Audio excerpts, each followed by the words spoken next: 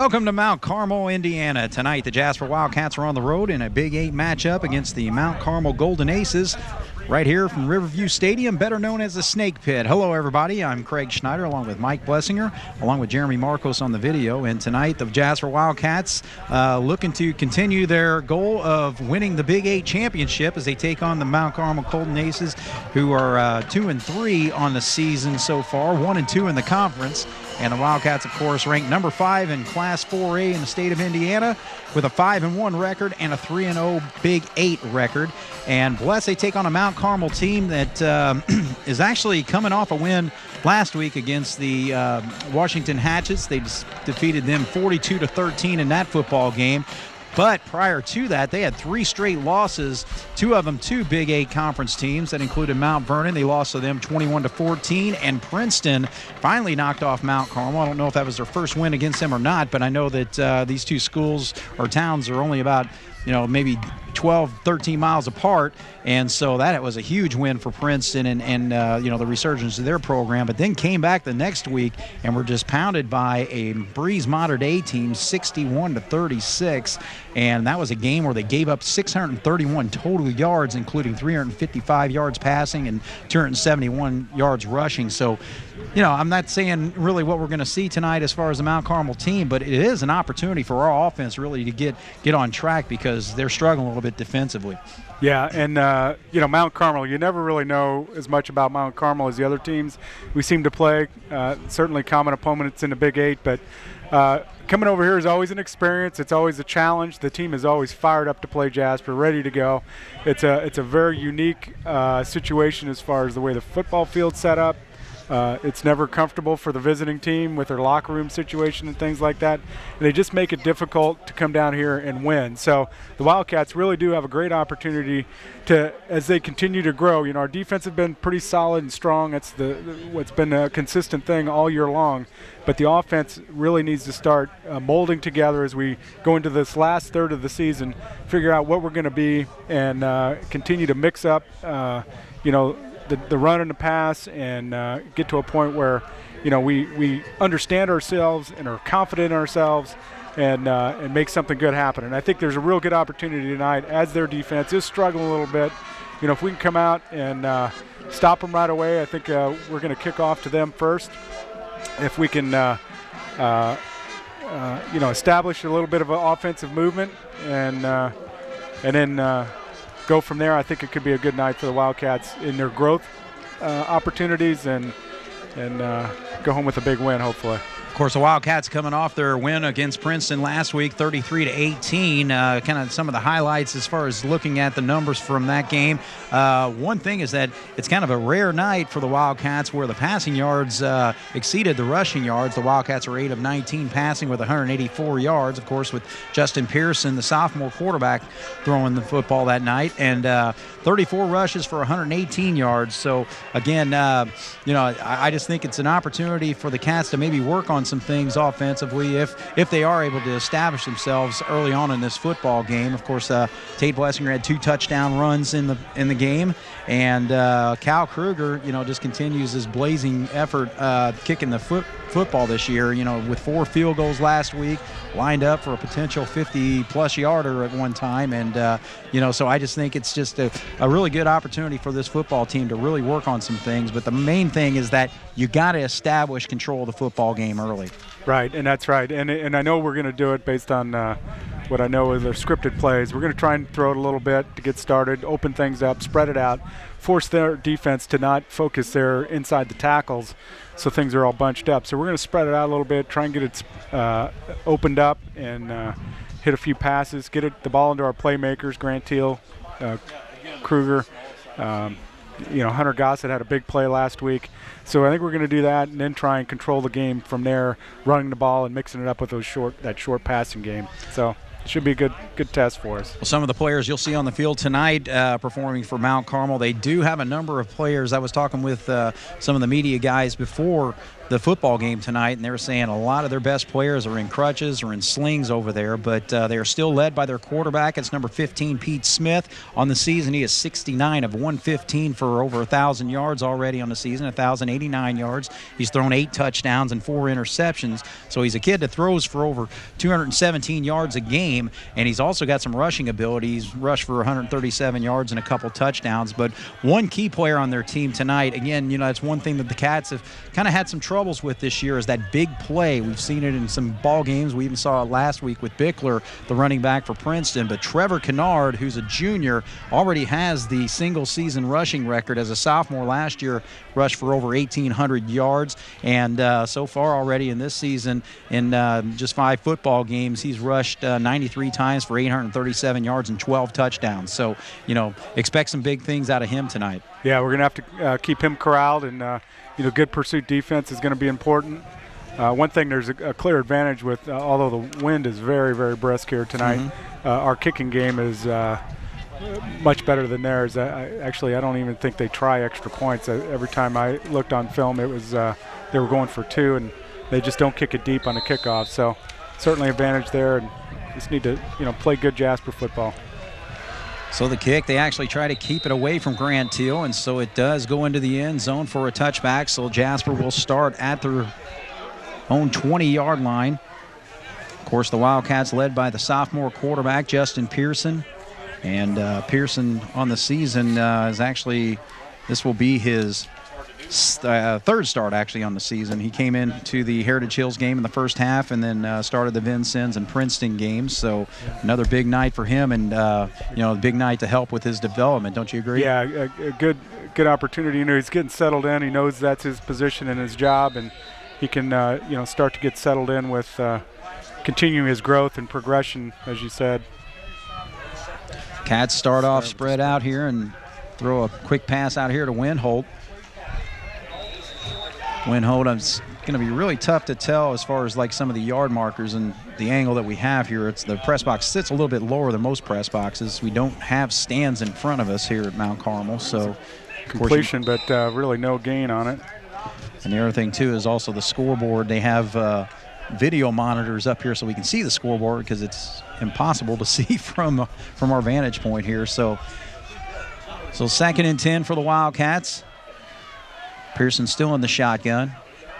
Tate Blessinger there, and they're actually going to run a sweep to the left side. So Pearson just following his blockers and is able to get forward there. So looks like a gain of about 4 on that run. Yeah, just trying to get to the corner, letting Tate lead Justin out there. Justin, a good athlete, certainly capable of running the ball. We've seen some good things from that at times. So he picks up, we'll say 4 on that play, and gets it to the 24-yard line. So it will be a 3rd down situation for the Wildcats here. 3rd down conversions always important no matter who you're playing, and actually you're going to have to throw it right into the teeth of the wind here. Yeah, Kennard actually comes up. He's playing a safety spot.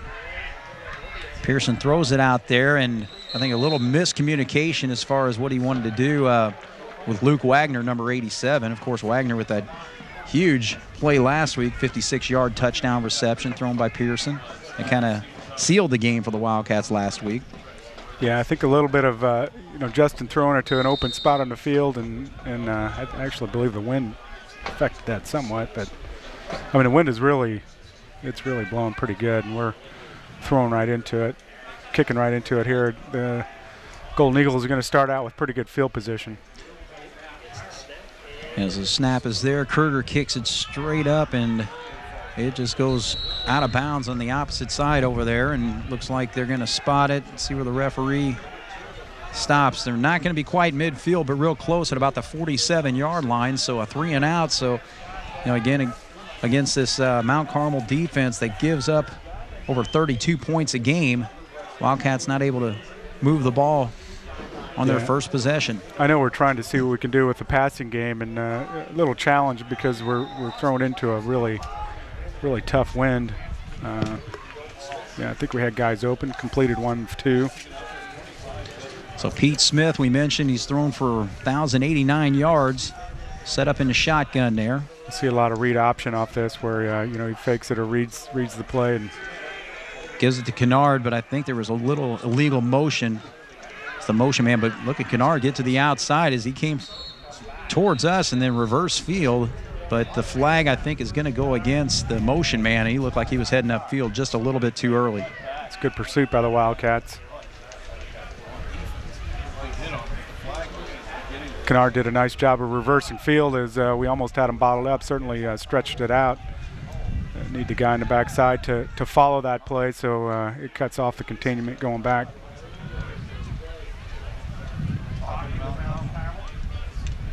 Still waiting. He gave us no indication as far as what the penalty is, but he is talking to Tate over there on the Wildcat captains.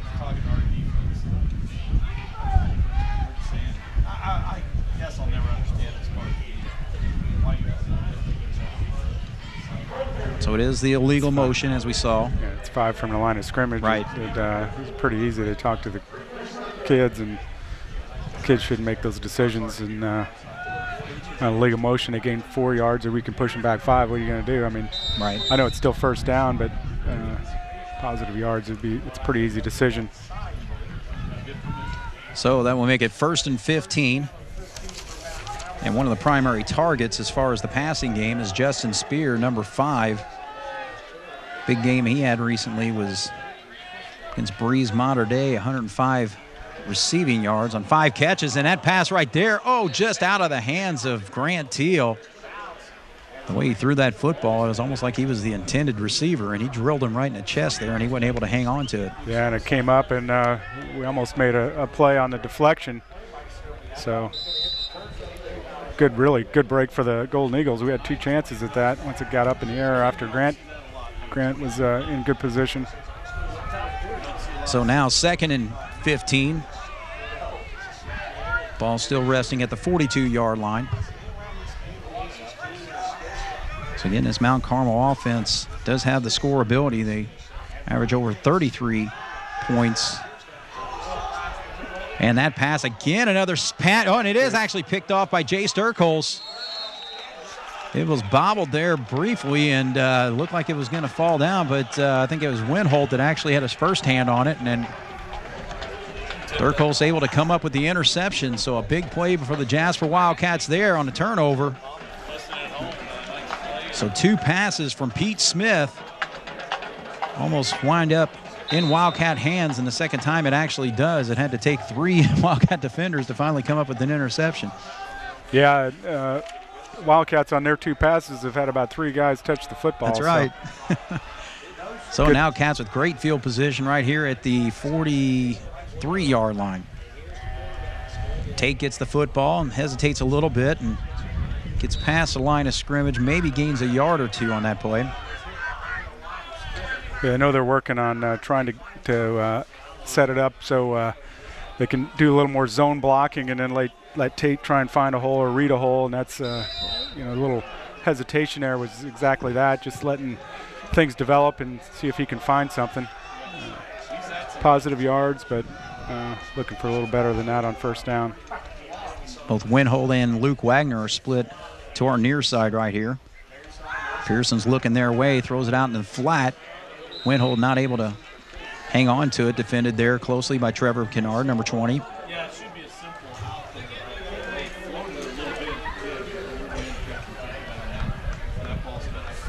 In this Mount Carmel football team, like we said, just pretty well decimated by injury this year. One of the key ones is actually the coach's son. That's Dax Peach. He's a junior wide receiver running back who's out for the season with a knee injury. Yeah, he's got 2 years of varsity experience already, and to lose him really makes it tough for them. This time trying to hit Luke Wagner was the intended receiver, but again, coming up short there, so a little bit of a struggle right now as far as the passing game for the Jasper Wildcats. And so the Cats, again, 3 and out. It's really just, I just believe it's really, our game plan was to, throw, see if we can spread it out, mix it up a little bit. It's just really hard to throw it into that stiff wind. I mean, the passes aren't real complicated. It's just a tough situation. So the punt falls right there at the 25-yard line, where it's going to stop actually at the 24. So that pushes Mount Carmel a little bit further back as far as their field position. So early on, that's kind of what we're looking at as a game of field position. Yeah, the Wildcats did a nice job on defensive, getting the turnover, but it's just we weren't able to take advantage of it. So let's see if we can stay tough and keep pressure on them and keep it at this end of the field. Certainly with the wind the way it is, we want to play field position football. But they got the threat. Kennard's certainly a threat to go at any moment. So need a lot of good pursuit. Give is to Kennard here on the left side. Nice job by Winholt to meet him right there, and he was helped out by Sheeter and to bring him down. So no gain on that play as the ball's still at the 24-yard line. This Wildcat defense only gives up 12 points a game. Had one shutout against Vincennes, 28-0. And they are led by Tate Blessinger with 33 tackles on the season, and Ben Sheeter's got 30 himself. Second down and 10. Kennard, actually this time the quarterback keeps it. No, he throws it out here to the flat. And a good read by the Wildcats there to pick that up. As Grant Teal was able to bring down the receiver. Got Boone John down with a knee injury, it looks like. That is not good news for the Wildcat defensive line, as Boone John, he is holding that right knee. It's not good. Whenever we were here 2 years ago when Boone was a sophomore, he injured his knee here at Mount Carmel. So hopefully it's nothing too serious.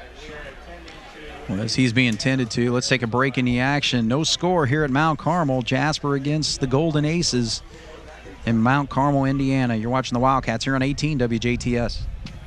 Matt Scott's Big O Tires at 642 3rd Avenue here in Jasper is locally owned and managed. Skilled mechanics and technicians and guaranteed lowest tire prices and service.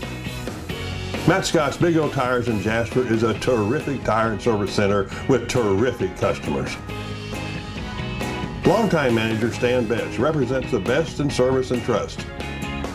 Jasper is a terrific town and deserves a terrific tire and service center. It's Big O Tires, the team you trust. It's terrific.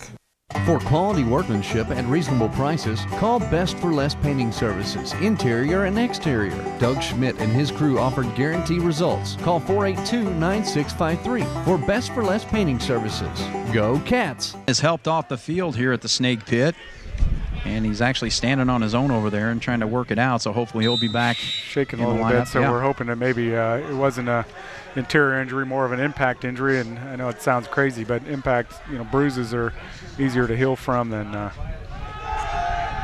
Here comes Pete Smith. It looks like they like to run him on the pass run option, but a good job by Kruger to meet him right there along with Sheeter. So the Wildcats doing a nice job of stopping that play. Actually, the last one he was able to complete it out there to Austin Rager, who's just a freshman. But this time not able to complete it, so Mount Carmel going for it here on 4th down plus. It's third. Is it fourth? It's third down, right? The scoreboard says 4th. I thought I saw 4. Nope, now he's backing up to punt. So quick fake there, and he gets a terrible punt off. So Cat's going to have great field position. Great field position. He had a great opportunity with the wind we were talking about. I mean, he could have boomed one there. You're right, it was 4th down, and it's kind of a strange situation. And they jumped back into that punt formation, but really missed an opportunity with the wind behind him. Yeah, so that ball actually traveled out of bounds right there at the 50, so the Cats are going to have outstanding field position here right at midfield. So Cats just really need to take advantage of this. They've had 2 possessions, both of them 3 and outs. Same thing with Mount Carmel, so defense is pretty well holding the offenses so far. And Cats setting up in more of a running formation here. But they play action out of it, throw out into the flat right there. Catch is made actually by DeWitt, the sophomore. Sam DeWitt coming getting in an playing a little opportunity. fullback. Nice, nice play. Good job by him. So the connection between the two Wildcat sophomores goes for just shy of 5 yards. We'll call it 5 yards. Since they start at the 50, it's just shy of the 45-yard line right there. It was a good pass and catch, but we actually had a guy down in the zone there. Hunter Gossett open as well. And I think the Golden Eagles play pretty loose on the outside, which could give us a chance to. Now there's Tate Blessinger with the carry on the ISO play straight up and battles his way close to a first down. I think he might be about a yard short the way they're spotting this football, so the Cats will face another third. I'd say definitely in a 3rd and 1 situation. No doubt you're looking at 4-down territory now.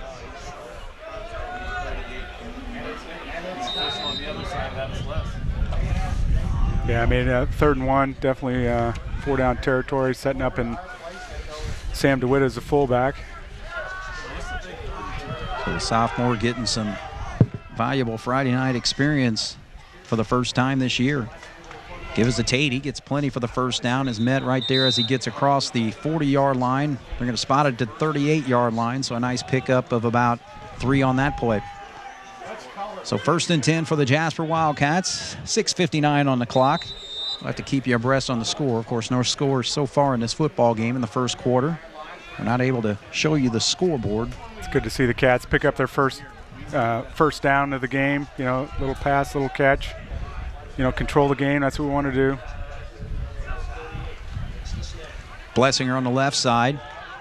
And Mount Carmel doing a nice job not allowing the Wildcats to really break anything as far as the running game. So Tate's getting some pretty tough yards out there.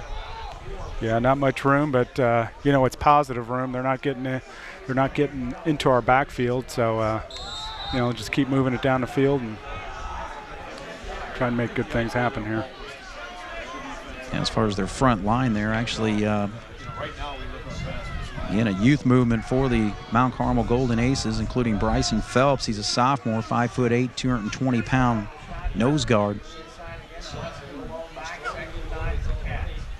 This time Pearson hangs on to it. Good decision there as he's able to get across the 30 to the 25, even across there to about the 24, maybe 23-yard line. It's really a nice call because they faked to Tate after pounding him up in the middle of there for a while. And of course, the linebackers and everybody went with it, bid on it, and Justin did a nice job of picking up a good 12-yard carry there. Yeah, as he was able to get to the 24 is where they're going to spot it there. So 1st and 10 for the Wildcats. They're in business deep into Golden Aces territory right now. DeWitt remains at the fullback spot. Blessinger gets it. Let's get to the outside, but quickly picked up there by number 44, Samson Margellin, middle linebacker for this Golden Aces defense. Tate maybe gains a half a yard, if even that. They're not moving the marker too much there, so it's going to be we'll call it 2nd and 10. Looked like a little space, but 44 did a nice job of really closing in quick and just keeping him from getting really any gain at all. Might be able to call it 1 because he was positive, but really no gain essentially. Teal one-on-one over here with Justin Spear, and he split way out over here, so Cats looking to go that way, and it's one-on-one. He throws the pass up there, and Teal just jumps right up on that post pattern in the end zone for the touchdown. So a nice 24-yard hookup for the Jasper Wildcats to finally get on the board here in the first quarter. Nice play call. Grant was split wide out here all by himself, and you know, we'd been pounding it up in there with the I formation and put it up there for Grant to make a play, and he did. Great player, makes great plays. Good job. Justin put it where he needed to, into the wind, and good way to turn that field position into a touchdown. So Grant Teal, number 9, the Cats actually going kind of back to their little shift. They haven't done that over the last few games, but wanted to let them read it and see what happens. They actually get them to draw them off sides there, so we'll see if Jasper decides to go for 2. Coaches are looking at each other over here. They're calling it. They're calling it. So it looks like the Cats will go for 2 now. So moves it half the distance there. Cats will have a yard and a half now to get the 2-point conversion. And one thing is, I said earlier that the Golden Eagles go for 2 almost every time, so good opportunity here for the Cats to secure their position in case they were to do that. Cats in the wishbone, they give it to Blessinger, and he's wide open and just walks right into the end zone for the 2-point conversion. So Jasper, with 4:45 to go here in the first quarter, lead the Mount Carmel Golden Aces 8-0. You're watching the Wildcats here on 18 WJTS. Just a nice, as we were running it in the middle there, just a good play call. Grant isolated. The safeties were all up playing a run in the I formation, and Justin did a nice job of connecting with Grant, and Cats are up. And that right there shows this you. Could be a lot of trouble here. Boy, and actually it was a great opportunity for the Cats to maybe get on that ball. Luke Wagner was down there quickly, and Kennard just wisely jumped on the football, but that ball was kicked straight up in the air and absolutely stopped and dropped right there at about the 26, 27-yard line. Yeah, really found a dead spot in there that, the Cats were able to get close to it. They did a nice job of covering it up. Actually move it up a little bit, so they will start from the 28, 1st and 10, 4:43 on the clock. Jasper leads 8-0 in this football game, first quarter. Smith throws it out here, connects with number 25, Justin Carpenter. Carpenter, 6'7", 205-pound junior, so he's got some pretty good size to throw to. And then Justin Spear, one of his favorite targets, just 5'6", though.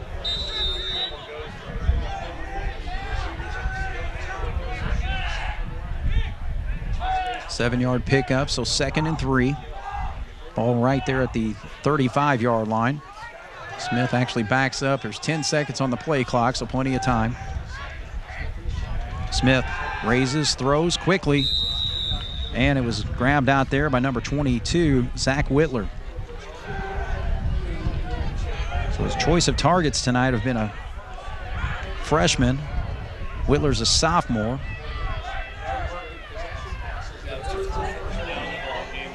The number 25, Carpenter, we hit earlier, is a junior, so.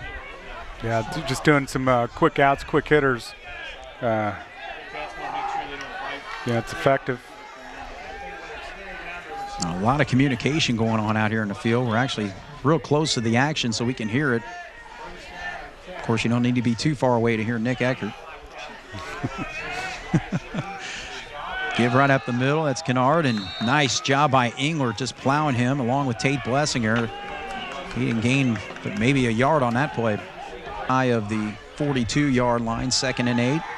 Smith decides to hang on to himself. A good job by Sermersheim to grab him by the ankles there. He looked like he might have had an opening on the left side, but Sermersheim was able to hang on. Yeah, Sermer did a nice job of holding his ground and just making a play when the quarterback came by him. Just a real nice loss of about 4 yards there. So credit Sermy for a sack on that play because he did drop back to throw. So that pushes him back to a 3rd and long situation, 3rd and 12. Smith, he gives it to Kennard. Look at this play, but the Cats read it well. Now he's going to have to dance and go the other way. He did this earlier. It was negated by Holden. He's got an opening. He's gone.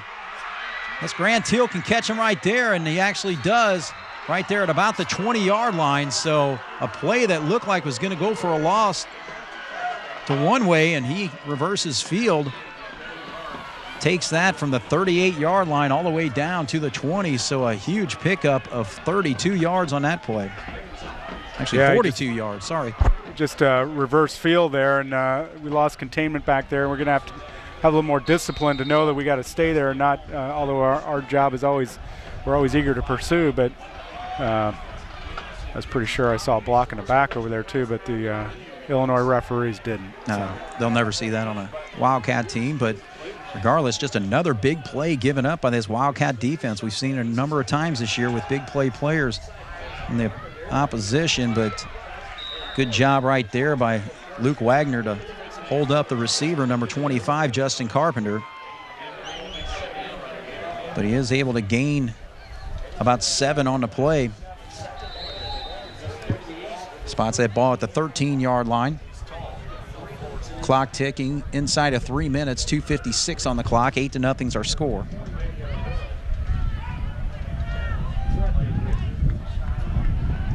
Mount Carmel facing a 2nd and 3. The best solution is to the reversing the field is Kennard wide open up the middle. Nobody even saw it, it seemed like, and that was just way too easy from 13 yards out for Mount Carmel's first score of the night. I think Tate missed a read. He's a middle linebacker and just missed the read on that one and left a big hole.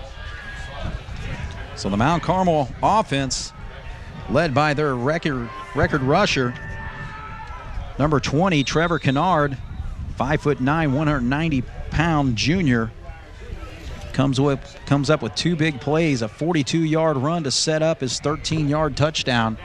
And now, of course, as you mentioned, they go for 2 most of the time. They're definitely going to here. Looking to tie this football game with 2:39 to go here in the first quarter. Smith raises, throws a bullet, and a nice job by Wagner over there in his corner spot to knock that away, so Carpenter's not able to bring it in. So Jasper leads Mount Carmel with 2:39 to go here in the first quarter, 8-6. You're watching the Wildcats here on 18 WJTS. Jubilar Chevy Cadillac Has made it a football game right here in the first quarter. It's 8-6 right now. Jasper with the lead. Following the Trevor Kennard 13-yard burst up the middle, untouched. So Smith actually kicks off here. Teal will get a chance to return.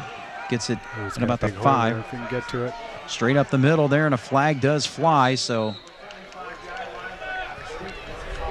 usually if it's in that spot, it's going to be against the return team, so expect a little march off here.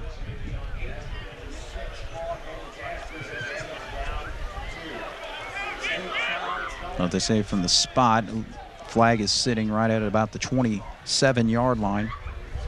So we'll be starting inside the 20. So the Wildcat offense was able to get on the board on their last possession with the 24-yard touchdown hookup between Justin Pearson throwing to Grant Teal. 2:32 to go here in the first quarter. Jasper 8, Mount Carmel 6. See if the Cats can keep their offensive momentum going here. We'll see if the Wildcats try to exploit that size difference again between Teal and number 5, Justin Spear. Pearson's actually under center here. Single back with Bless in the backfield. There's not much room up front there. Gain of a couple.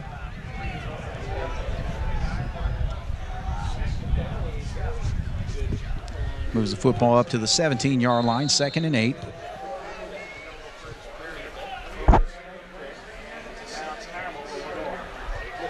I was looking over at the far side as far as the steep mountainous stands over there with Mount Carmel. Not as full as what we've seen it in the past years, so obviously the Mount Carmel faithful not being as faithful this year to this 2-3 team, but playing with the Jasper Wildcats right now. Throws it out there. Nice job by Hunter Gossett on the hookup as he was coming across the field.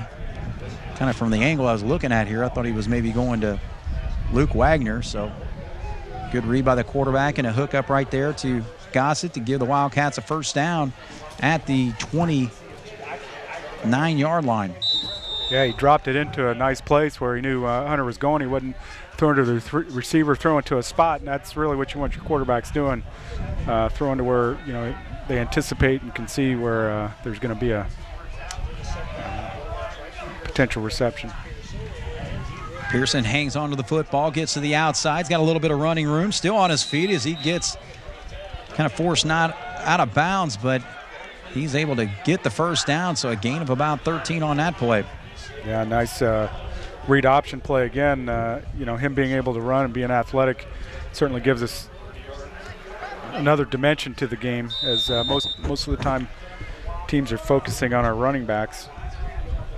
So we'll give him 14 on the play as it's spotted at the 43-yard line. Minute 23 to go. Clock is stopped as he went out of bounds on the play. Kruger, tailback straight up. I think he picked up maybe 3 on that play, setting up a 2nd and 7.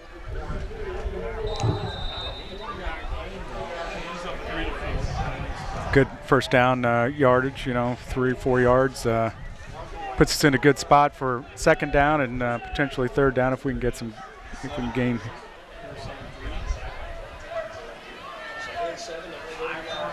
High backfield, including Sam DeWitt, and good job by the Wildcats to draw the defense across the line of scrimmage there. So that's going to be a penalty against the Mount Carmel Golden Aces. Number 56, Bryson Phelps, guilty of that one. So sets up a 2nd and short now instead of a 2nd and 7. We're looking at 2nd and 2. Cats now across midfield. Ball at the 49-yard line. Cats stay in the same setup. Now make second down a lot easier. Pitch out to Blessinger on the power play. Gets the first down and plenty, and continues on across the 40, close to the 35-yard line, I think is where they're going to spot this. So a nice pickup of about what? 11 on that play? No, actually he started at the 48, 10, about 15, 16, 17 yards. Yep. So the Wildcats on the move.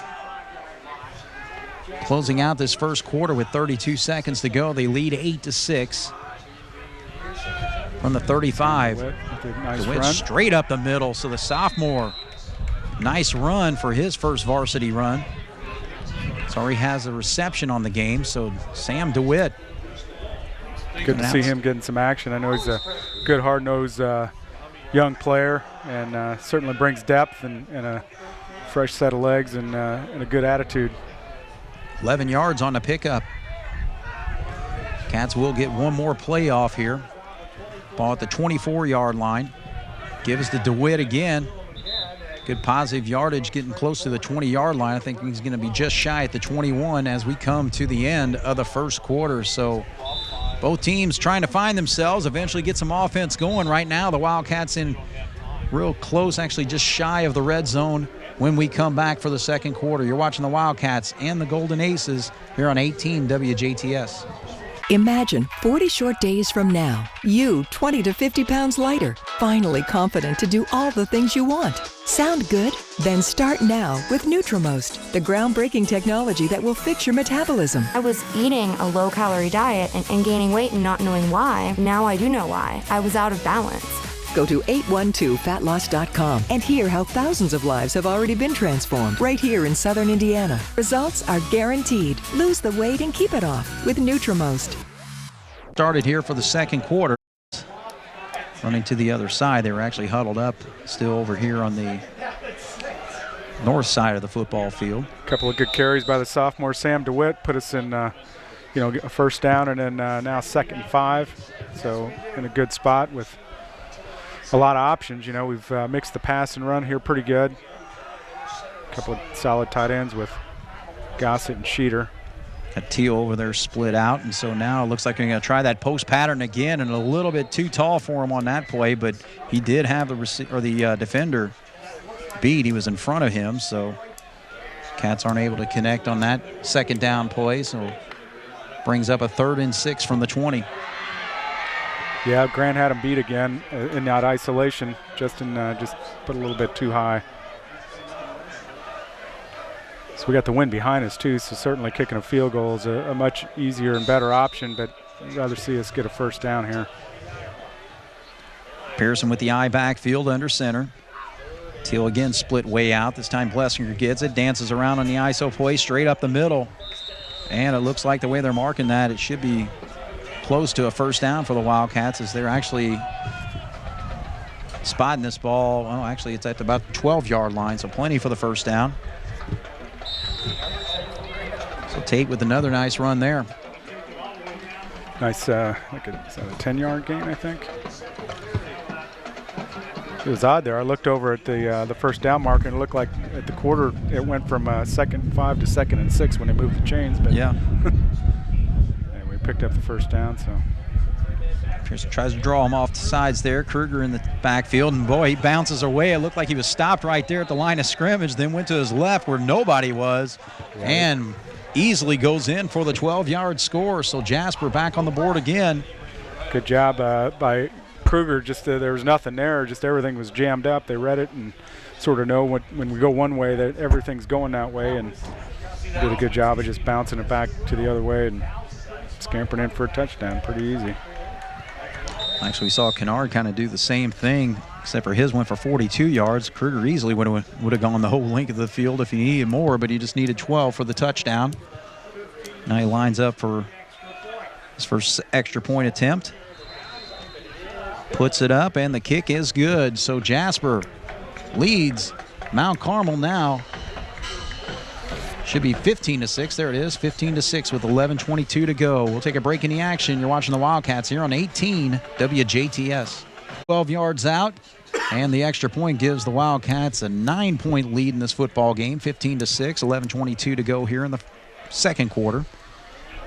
Now he's got the wind at his back. I don't think anything's going to keep this ball from going in there. I know. It is colder, so they don't fly as well when it's colder. Right. So again, Mount Carmel will start from the 20-yard line. Take a look as far as some of the players out there from the Wildcat defense. There's Engler back for his second game. He missed the Vincennes game.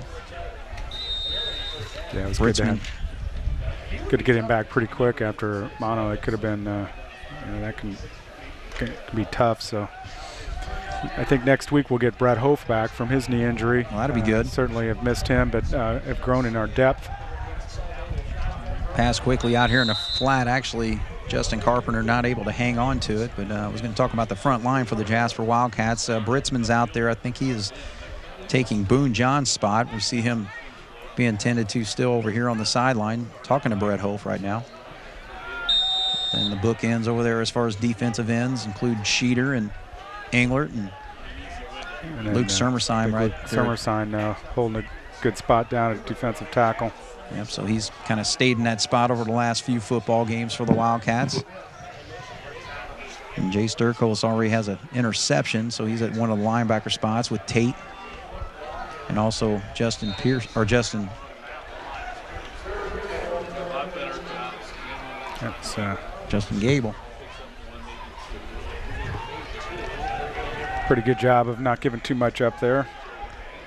Some short gain on that play sets up a 3rd and 8 now for the Golden Aces from the 22-yard line. Big play here for the Wildcat defense if they can, get a stop or make something good happen. See a quick keep that momentum going. Mount Carmel quickly got a substitute on the field there. The slot position is Zach Whitler, number 22. Again, they do not operate with a huddle. It's strictly no huddle, but they decide to call a timeout here. So we'll take a break. Jasper leads Mount Carmel 15-6 with 10:36 to go. You're watching the Wildcats here on 18 WJTS. Back once again here at the Snake Pit in Mount Carmel, Indiana. 10:36 to go here in the second quarter. Ball at the 22-yard line, and Mount Carmel facing a 3rd down and 8 situation. Pete Smith try to run out of it, still looking upfield. Nice job, and Sturkos has a 2nd interception of the football game. Nice play there, Bless. Great play. He got his hands up, knocked it up in the air, and then pulled it back down for his 2nd interception. We got Justin Gable down, who actually has a broken wrist and wearing a cast, which is what has gotten Sam DeWitt in the game. But he's he's still down, actually. Yeah, the coach is out there taking a look at him.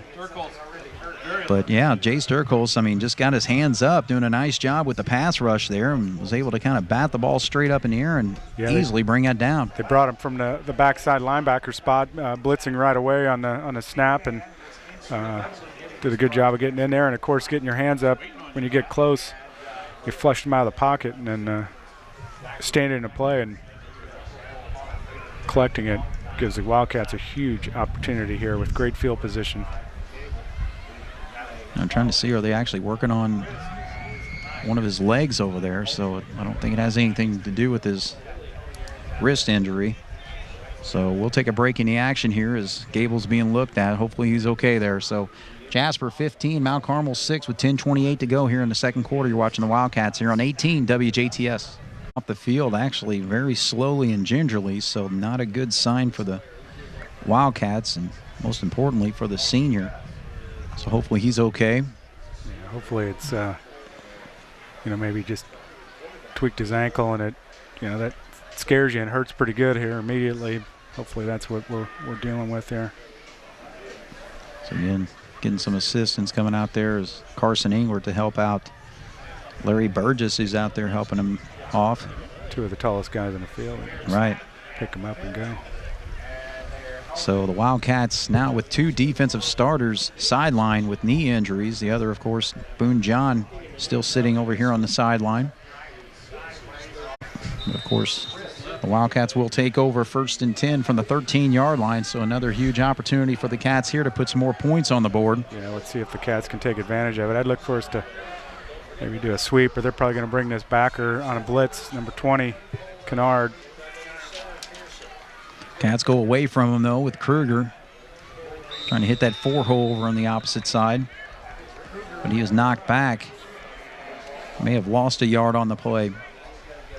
Actually, still moving, trying to set it up there, so looks like actually no gain on the play. So 2nd and 10. Actually, ball's at the 17-yard line. I think I said 13 the first time. That's what the scoreboard said. I wrote it down too. Well, now they changed it to the 18-yard line, so. I can't see it. I'll go by what the scoreboard says, and the scoreboard I can only see through a video monitor up here. Didn't lose a yard. Play action play. He's got a man wide open over here in the flat, but he goes to the tight end.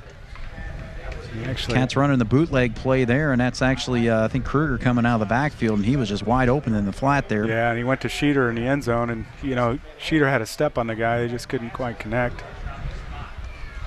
Kind of went up with one hand. The Cats not able to connect in the end zone on their last 2 attempts. A little bit high to Teal on the last possession, so now the Cats facing a 3rd and 10 from the 18 with 9:39 to go. Jasper leads 15-6.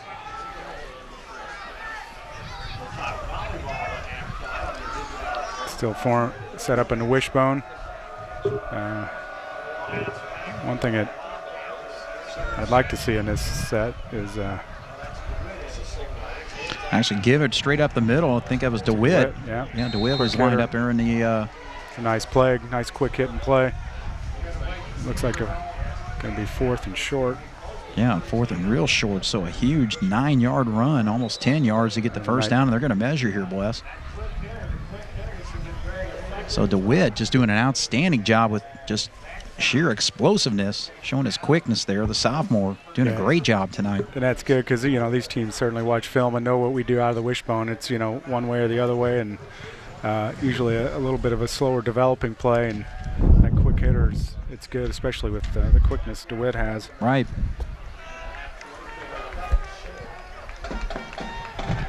So you think in a 3rd and 10 situation, if it is a running play, they're just kind of either set up to maybe go for it on 4th down if you're inside of 5 yards from it. But, of course, with Kruger, he's almost automatic this season with any of his field goals, especially something that'd be inside of 30-some yards or so. I think they might have known that we weren't quite there for the first down, but this allowed them to put a good spot on it back in the middle of the field. So we got about a foot to go.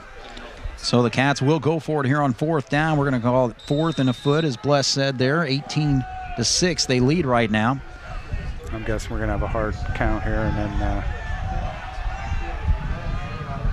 so just a quarterback sneak is all you need, and that's what they do, and he keeps going forward.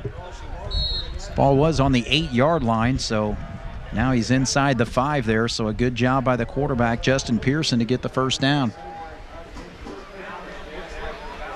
The Wildcat rushing game's really been pretty decent. No big, huge gains, but just consistently driving it down and mixing in enough passes to keep them loosened up. Yeah, left tackle for this Golden Aces football team is number 72, Chandler Madden, 6 foot, 260 pounds, but the Cats able to keep him contained. Good job by Tate in there as he darts inside and gets close to the end zone. No signal yet. Cats were at the 4-yard line to start that play. So gain of 3, and the Cats just shy of putting another 6 on the board. 2nd and goal from the 1. 8:27 to go, clock ticking. 2nd quarter. Gives to Tate right there and easily goes in as he stiff arms his way, knocks away number 26, Jake Hocking, and easily scores to give the Wildcats a 21-6 lead. Yeah, it's a good play. The quarterback and everybody saw that number 20, Kennard, moving into the middle, trying to take out the inside gap, and once they handed it off to Tate, he just read it and bounced outside and danced into the end zone and gave a nice stiff arm to that cornerback. He likes the stiff arm. Absolutely. So Tate Blessinger's first touchdown of the night. 1-yard plunge there. Made it. And the extra point is good by Kruger. So Jasper leads this football game 22-6 over the Golden Aces. You're watching the Wildcats here on 18 WJTS. Put it in the end zone again after the Tate Blessinger touchdown. Gives the Wildcats a 22-6 lead, and just shy of kicking a field goal there, I think. So, yeah, good job by the Wildcats, getting the turnover. Jace Dirkle's having a big game on defense with a couple of interceptions and putting us in great field position, and the Wildcats just, they had a little 4th down conversion they had to make, and, they earned their way down to run it in, burn some clock, and,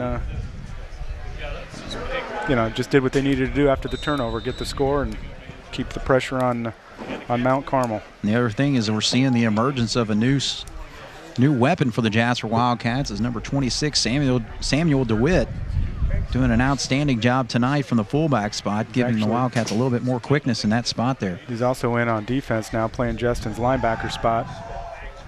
Pass out here in the flat. Completes that to Justin Carpenter. Wentz right on him to get the tackle, number 80. So 5-yard pickup on that play will set up a 2nd and 5.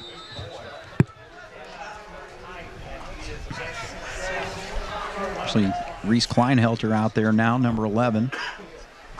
Playing one of the safety spots, but bringing Kruger up a little bit tighter in his coverage as he's picking up slot back Austin Rager. This time Smith keeps it, but runs into one of his linemen. He ran into number 54, Jacob Webb there, and Cats are able to slow him up, gain maybe a yard on the play. So setting up as they rest that ball at the 26-yard line, so now a 3rd and long 4. It takes such discipline on that read option to just stay put, because you just want to go with the flow there, and Cats in it, got a little lucky, but also did a pretty good job of staying home and not giving them much when it looked like there was a little space there. Smith looking to throw here. Good job by the Wildcats, but he's able to get away. Looked like Sheeter had him right there, and he tries to throw the pass out here to Rager, but good job by the Wildcats defensively as Kyle Kruger was right there on top of him. Yeah, Cal stayed on the coverage. It's going to be holding on us. You got to be kidding. Holding on the defense.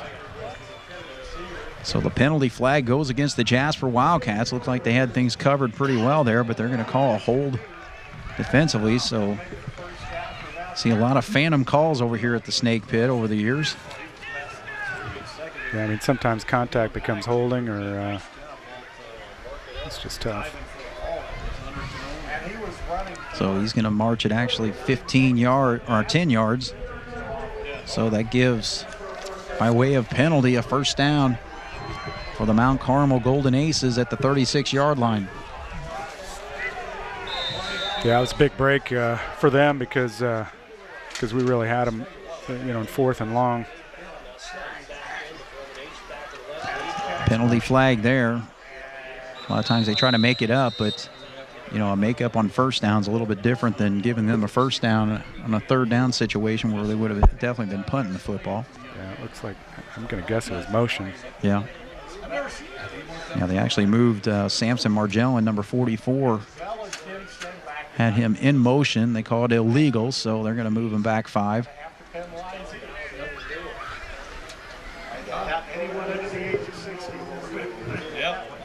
So 1st and 15 now for Mount Carmel. 6:51 to go here in this first half. Cats just need to keep good defensive pressure on them. You know, get enough pressure in the backfield on passing plays and good discipline on the running plays. Stay home. It's easy to say from up here whenever you're down there trying to make plays on the field, but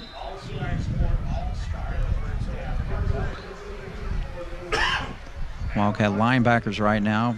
Dirk Holst, number 49. Blessinger's in the middle. As you mentioned, Sam DeWitt.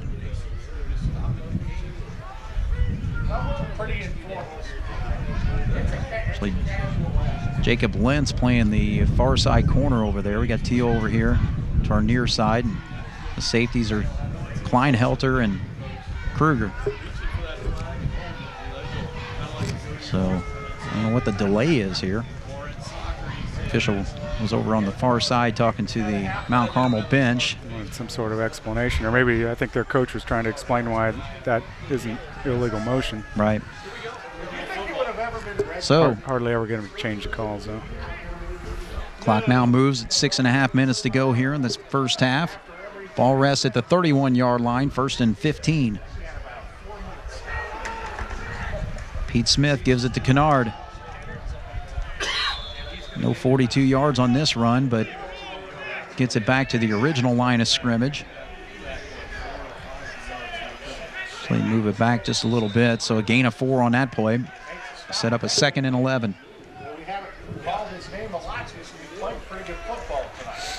Yeah, not a bad job by the defense there.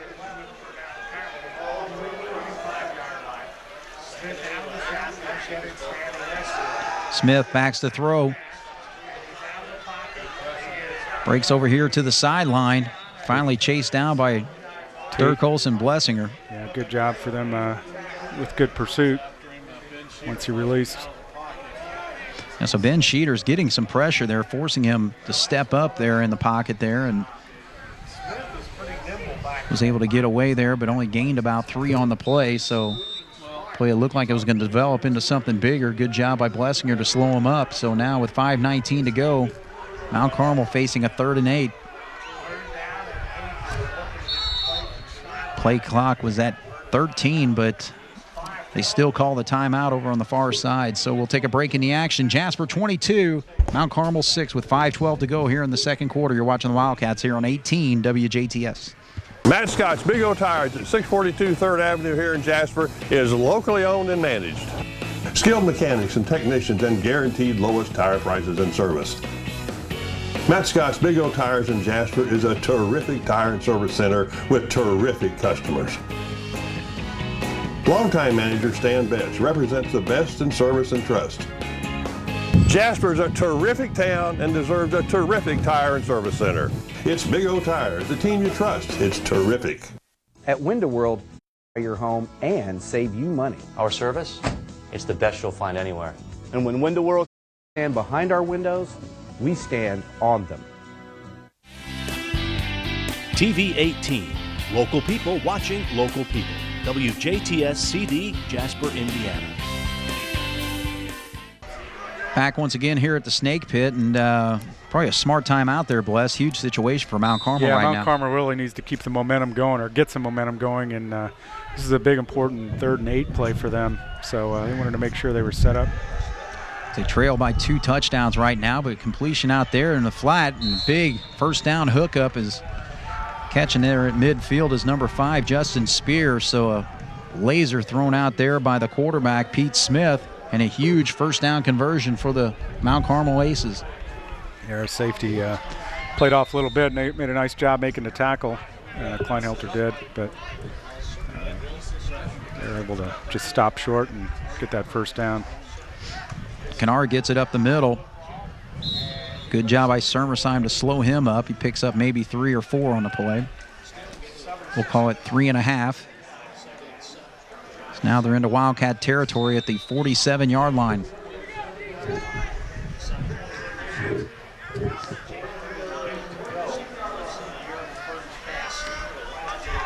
I like to see him throw it.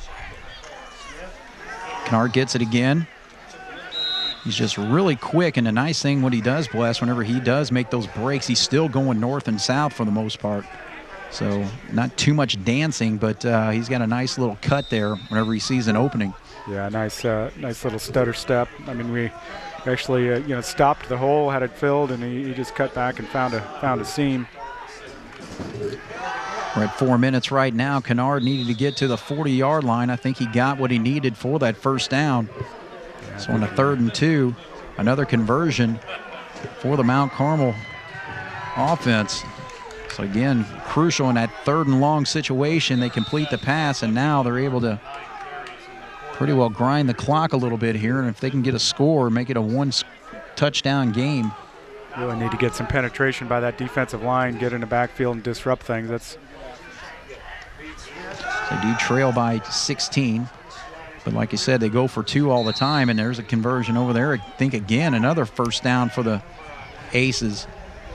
He's able to connect on the far side over there to Zach Whitler for a 10-yard pickup, and they're not moving the chains yet, so they're going to call it a 2nd and short here.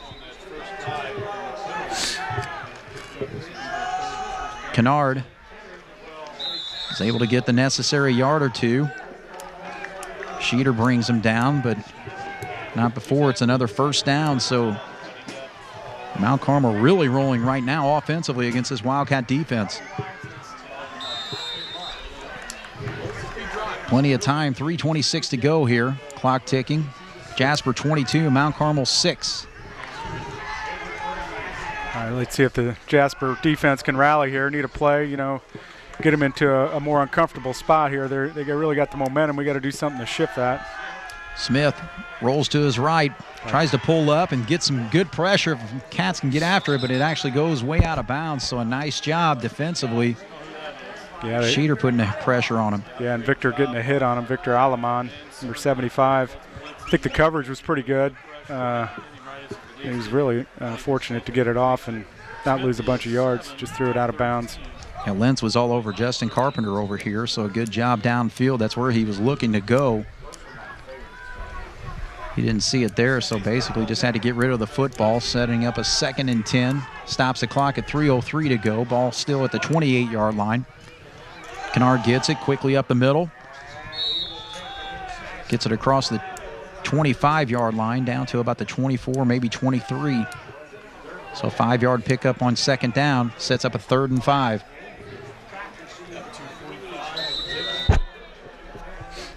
Big play here. I mean, it's 4-down territory for them. They're not going to kick a field goal, so no. Really need a stop or lost yards somehow. Get to the quarterback here, so Engler put some pressure there, but he's able to connect with Spear. So Justin Spear with a nice little spin move after the catch and is able to get the first down. So now Mount Carmel continues on with this drive, setting themselves up nicely there with 2:28 to go on the clock. And the ball rests at the 16-yard line, 1st and 10.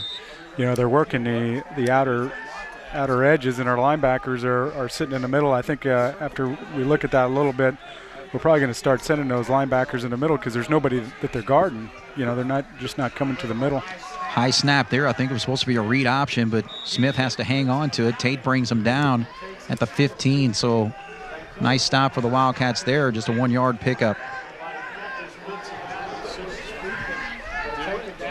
Inside of 2 minutes right now.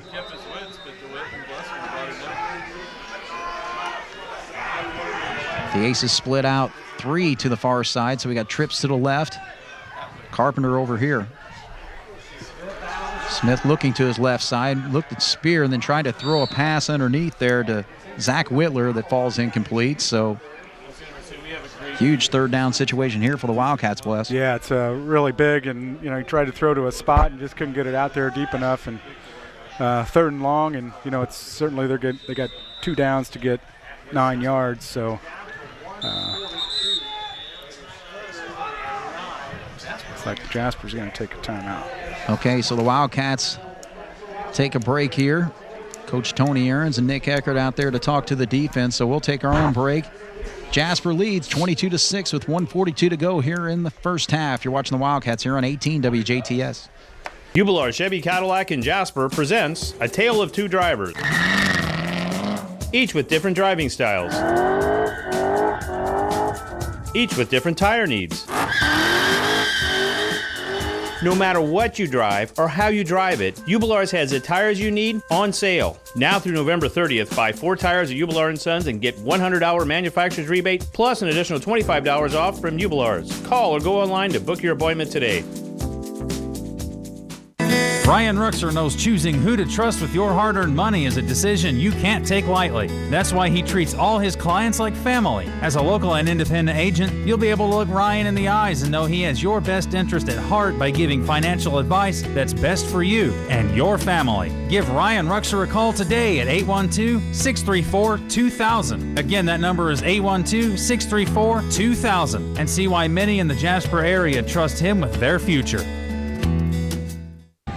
Big situation here. Jasper defensively calls a timeout there. 3rd and 9 right now from the 15-yard line. They give to Kennard up the middle, and Cats are able to slow him up. I don't think he even gained. Well, they're setting it at the 14-yard line, but a huge stop there to force a 4th and 8. Little mist of rain coming down, actually, Bless, right now. Yeah, that was a really nice play for the Wildcats to clog it up. And not a bad idea for them to try and run it and get 4 or 5 yards to make this 4th down conversion a little easier. But they're throwing into the wind. That helps us. And with the slick football too, yeah, because that's the thing. They go no huddle, so that just exposes that ball to sit out there and get a little bit wetter. But with 1:08 to go, Mount Carmel calls its final timeout of the first half. So when we come back, it'll be 4th and 8 from the 14. You're watching the Wildcats here on 18 WJTS. Situation right now for the Golden Aces. 4th and 8 from the 14-yard line. 1:08 on the clock. Facing a passing situation here with wet field conditions. Smith looks to his left, throws it out there in the flat. He connects with Spear, and Spear is able to take it in for the touchdown. So he found him wide open on the flat there, Bless. Yeah, and a nice hookup. Yeah, they came from the inside slot position and just ran up on Cal and then cut out and ran away from him, and Cal just couldn't catch up on the play. A really nicely executed play. So with 1:01 on the clock, Mount Carmel cuts into this Wildcat lead. Jasper still leads by 10 right now, 22-12. Of course, Mount Carmel lining up for the 2-point conversion. And actually, this is kind of a key situation here, Bless. You would prefer to keep a 10-point lead because that's a 2-score situation as opposed to get the 2-point conversion, makes it a 1-score. Yeah, the Cats got to see the guy that's split wide. There's a guy wide out. Smith's going to roll to his left. Have a tough time, just kind of chucks it up there, and it's still battered around, and he came down with the football. It looked like Teal, I believe, got his hand on the ball, and it just kind of stayed up in the air, and Justin Carpenter was right there and was able to snag it before it hits the ground. So desperation throw there by the quarterback, Pete Smith, and it turns out for 2 more points. Yeah, they got a real nice break there because he was in trouble, big trouble, in the backfield, and Grant made a play on the ball, gets his hands on it, and Carpenter just didn't give up and was able to have it fall into his basket there. So Mount Carmel now makes it an 8-point football game with 1:01 to go. So we'll take a break in the action. Jasper 22, Mount Carmel 14 with 1:01 left here in the first half. You're watching the Wildcats here on 18 WJTS. Pete Smith has it teed up. Mount Carmel trails the Jasper Wildcats now by just 8 points. So the 16-point lead has been halved with just a minute to go here in the first half as Smith kicks it over there. Luke Wagner's with the return. So Wagner receives it at about the 25-yard line, but then he's brought down. So now you got a fired up Mount Carmel football team with a little momentum on their side.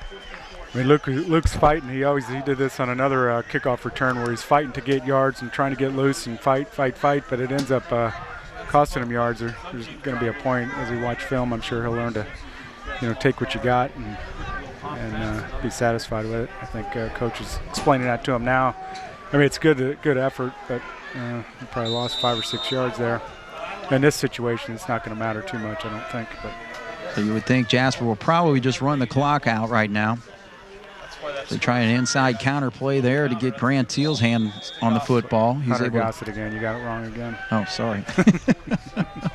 I just assumed if it was going to be a run play that Grant Teal's going to get it, but Hunter's had a share of carries as well. But for the, 7th consecutive game, I've mixed those two up. Yeah. All right, but Grant Teal is now split to our near side, Bless. He definitely is out here. This is definitely Grant Teal. 2nd and 5 for the Cats from the 33, 23 seconds to go here in the half. Jasper is going to throw the football. They're going to try to do long connection, a wobbly pass there, and Spear's going to pick it off. So they try to take advantage of the matchup there, but if you throw the ball way too far inside as opposed to keeping it outside where the 6'2 receiver can get it. Yeah, he just had a hold of it a little too hard. Just didn't get a good release on the ball, and it was a little bit wobbly, and just didn't get it delivered to where it needed to be. Well, you can call it a punt if you want to, but you really don't want to punt on 2nd down. So with 15 seconds to go, and Trevor Kennard in the backfield, you just never know. Just got to keep playing good defense here. You know, we made them earn that last score, but. It's just another example of the momentum shift. They actually decide to take a knee right there. So the Jasper Wildcat football team defensively gives up a long, sustained drive to the Mount Carmel Golden Aces and cuts this football game to an 8-point game at halftime. Jasper 22, Mount Carmel 14. So, Bless, give me your thoughts on the first half.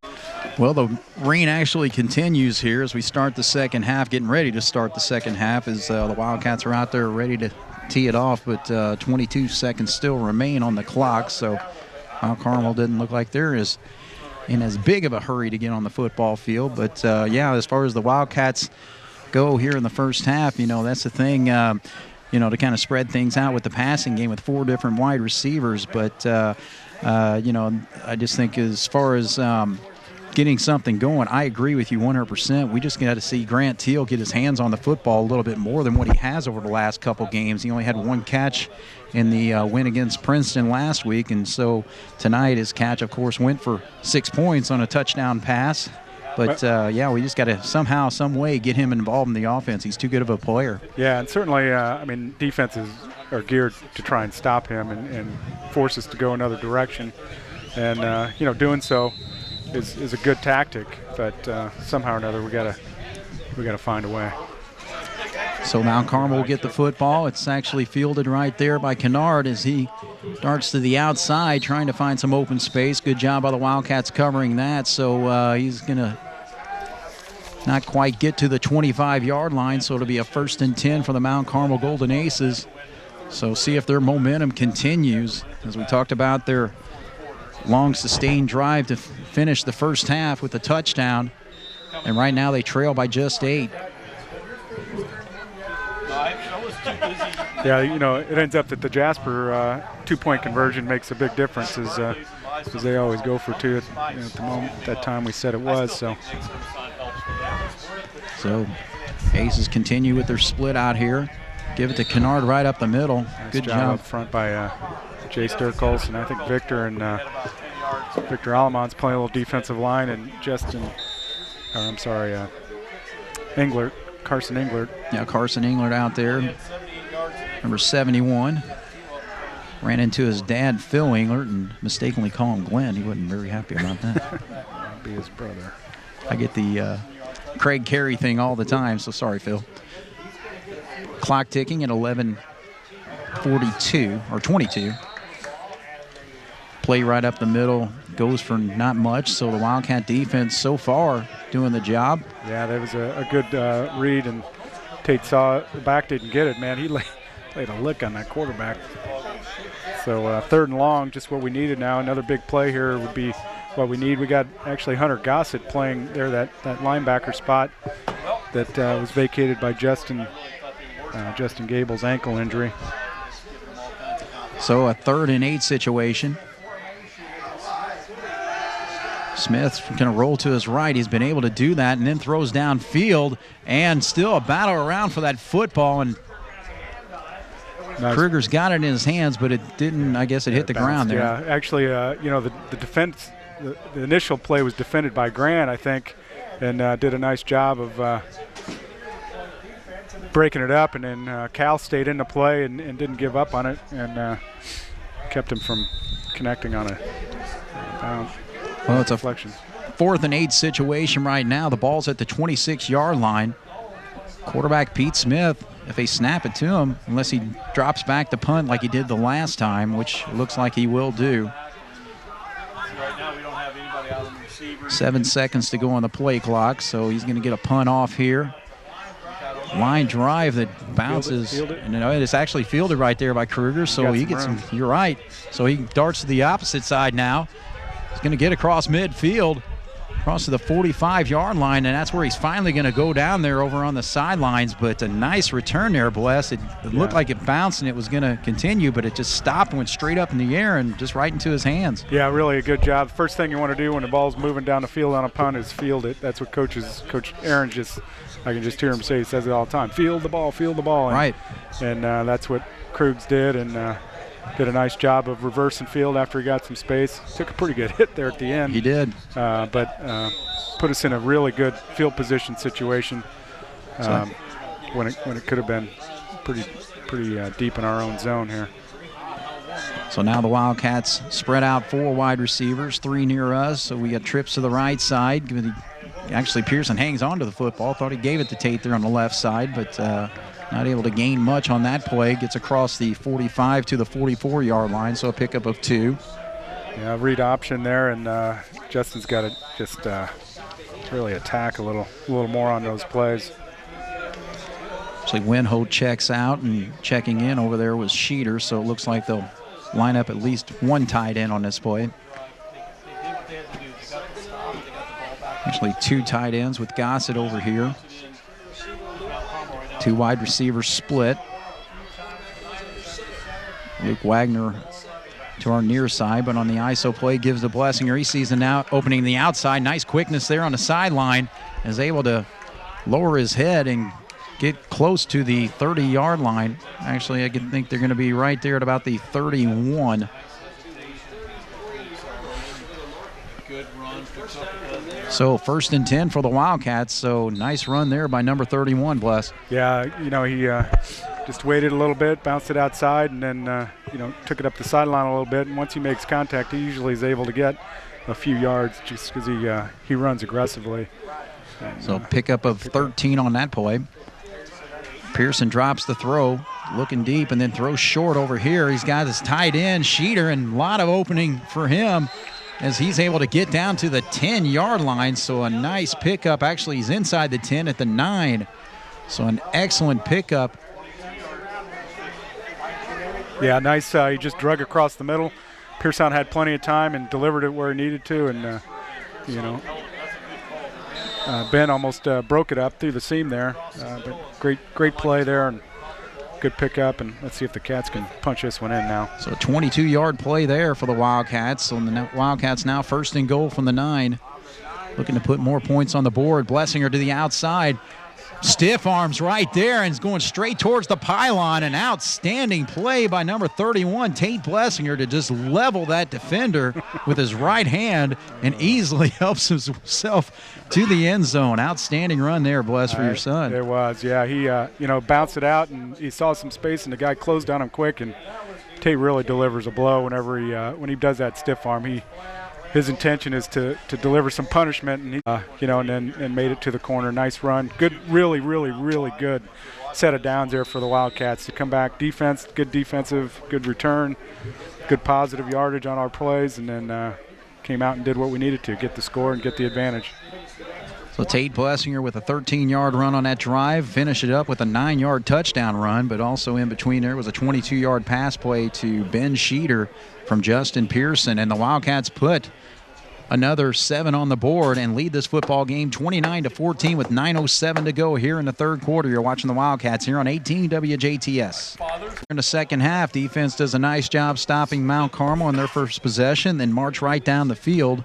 A couple big plays. Started off with the punt return by Cal Kruger, and then a couple nice runs by Blessinger gets us into the end zone, and the Wildcats lead 29-14. Fielded right there Trying to see if that was Kennard or if that's Spears with a football. Spears, couldn't quite see his 5. number. Okay, yeah, so did Spears. a nice job of fielding a knuckler coming across the ground there. It was a good kick, really, by Cal to keep it low and out of the wind, and got it deep down in there. And now they get to start, right just outside the 20-yard line. Nice job that time. So they'll start with the football at the 22-yard line. 9:01 to go here in the third quarter. Jasper 29, Mount Carmel 14. So a 15-point lead for the Wildcats right now.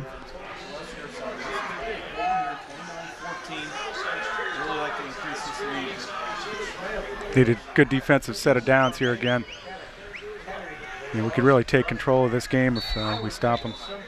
Mount Carmel will be forced to call a timeout. I was looking at the play clock. He was down to 3 seconds when he raised up and looked at the sideline again. So kind of a break here for the Wildcats, and we'll take a break ourselves. 9:01 to go. Jasper 29, Mount Carmel 14. We'll be back right after this.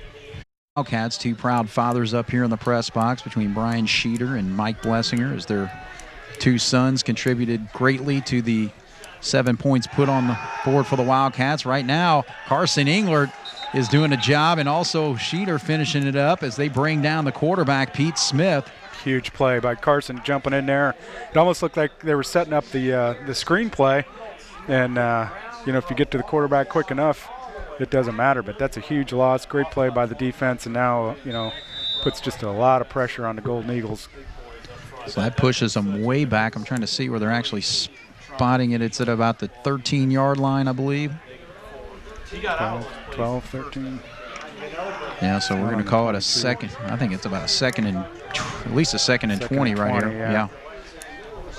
Because they got to get that ball to at least the 32, 33-yard line. Pass out here is complete. Good job by the Wildcats to pick it up, as he was able to connect to number 32, Austin Rager, the freshman. About 5 Wildcats in on that play. It's good to see. You break down, don't let them get by you, and then let everybody else come and clean it up or push them back. So, just a gain of a couple yards there.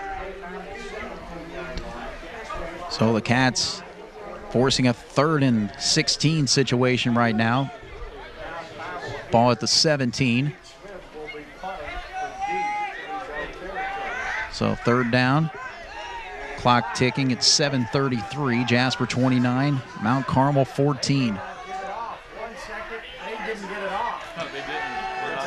Actually went right down to the wire there on that play, and he's able to complete it to Spears. So a big pickup there. I think he may be just a little bit short of the first down, but yeah, what they did is they put that guy out there late, and we didn't adjust, and they had the middle guy wasn't covered up, so just run a little out, and certainly had an opportunity. So 15. Big gain. Pick up a 15 on that. They needed 17 to get the first down. And this is a tough situation. 4th, if they don't get it, Wildcats have great field position. So they are going to go for it. Kennard straight up the middle, and if they got the stop, he did not get that first down. Tate blowing it up, and the defensive line just holding it up. Nice job by the defense. So Mount Carmel really taking a chance there. They're down by 2 touchdowns right now. It's 15-point lead, but again, as we mentioned, they go for 2 all the time. So now the Wildcats in a great spot right here with the football just shy of the 30-yard line. Really nice job of the Wildcats reading it, seeing it, and just balling it up there in the middle. And now let's see if the Wildcats can take advantage here. Well, they basically were trying to run things hot there offensively. They want to get to the line of scrimmage quickly, but the Wildcat defense getting set up quickly and not allowing it.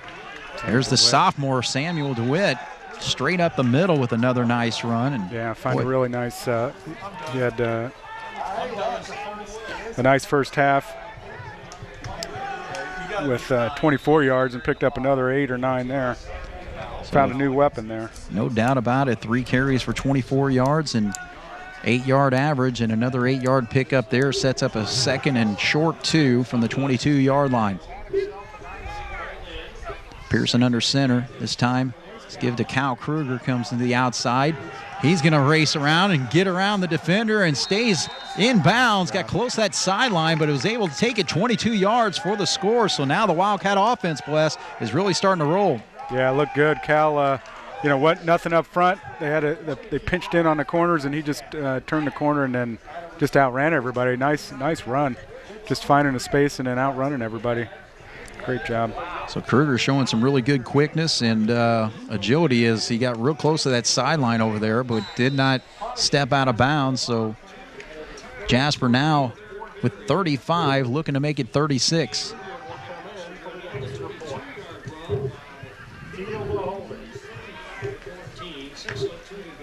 There's a snap, kick up, perfectly through and deep into the track over there. And Jasper now leads Mount Carmel 36-14. So we'll take a break in the action. You're watching the Wildcats here on 18 WJTS. Brian Rook back once again here at the Snake Pit. Kruger set to kick it off. I think the wind has died down a little bit, Bless. Yeah, it feels like it's almost no wind.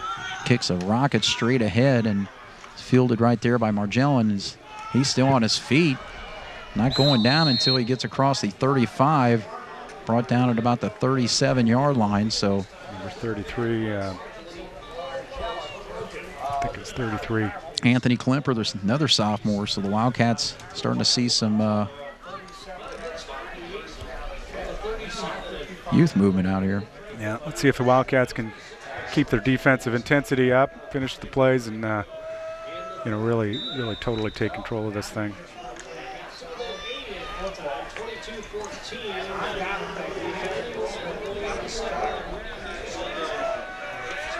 So the Mount Carmel Golden Aces in a tough situation right now, down by 3 touchdowns. Quick pass out there to Justin Spear, number 5.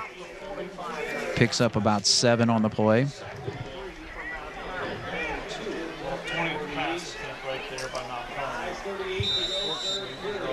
They just keep sort of hitting that little out there. They're finding it.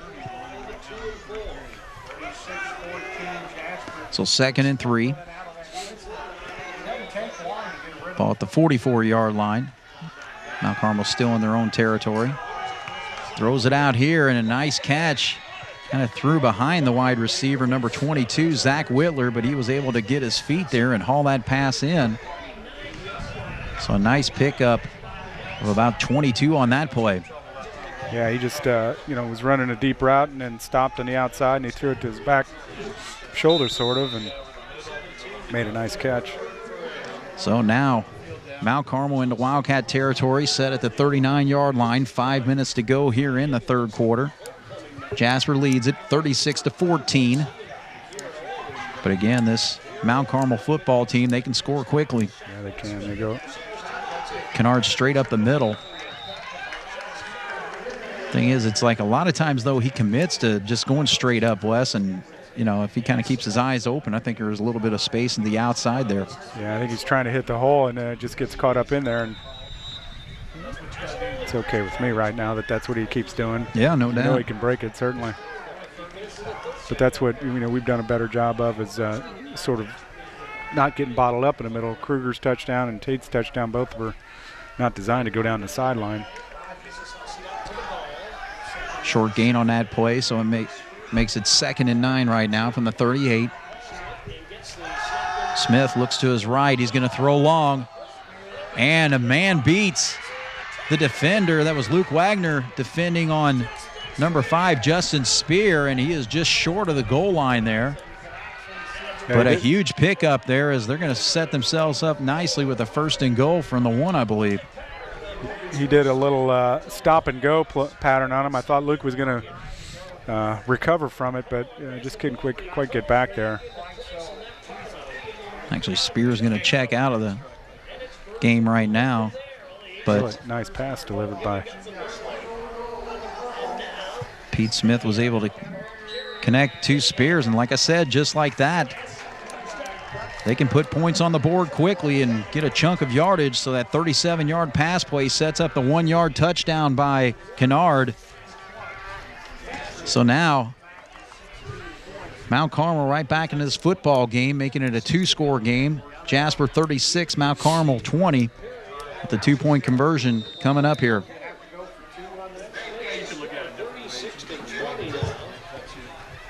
Scored that touchdown with 3:56 on the board. Big play here. Throws it out there, and it's bobbled again. That is the second time the Wildcats have had their hands on the football on a 2-point conversion, but it falls right into the hands of a golden ace, Bless. Yeah, that's twice that we were in position to make plays and just couldn't get the ball to the ground, and it ended up in the Golden Eagles' hands. That's one of those things you just gotta finish the play through it, and just look it in and concentrate till it's over, and make sure that they don't get a break. And that's what's happened twice, and it's cost us 4 points. And it's a big difference between 36-18 and 36-22. But hey, we still have a 2-score advantage here. So if the Cats can come down and get a sustained drive and get a score, I think we'll be okay. But really hate to see them score so quick.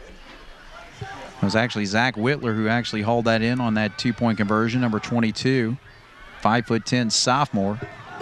I give them credit. They haven't given up. They keep looking for chances.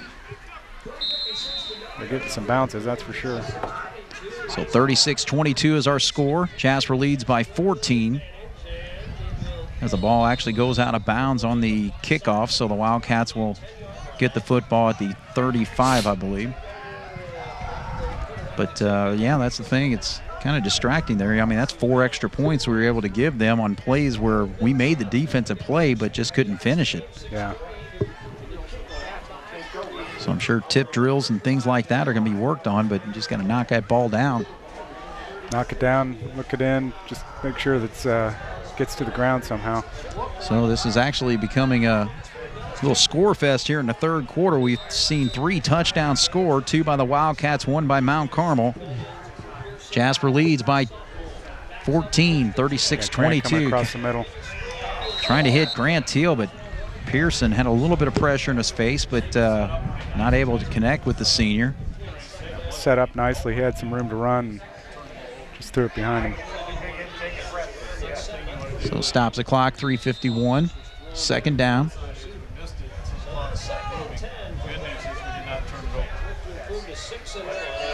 Jasper versus Mount Carmel here. Big 8 clash.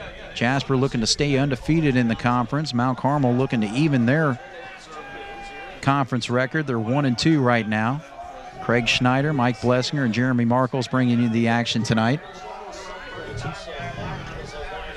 Pearson's going to run, try to get to the outside. He's only got 1 blocker there. Was able to kind of squirt his way through there, but then was finally brought down by Margellin, the middle linebacker, number 44. Picks up about 2 or 3 on the play. Yeah, Tate was out blocking, got his guy, but it was good pursuit, and almost looked like he was going to break through there and get a play, but couldn't quite get it. So third down, 3rd and long, 3rd and 8 from the 37-yard line. Really don't want to give the ball back to him so quick. We need to get a first down here. Pearson quick up the middle. Gossett wide open, hauls it in.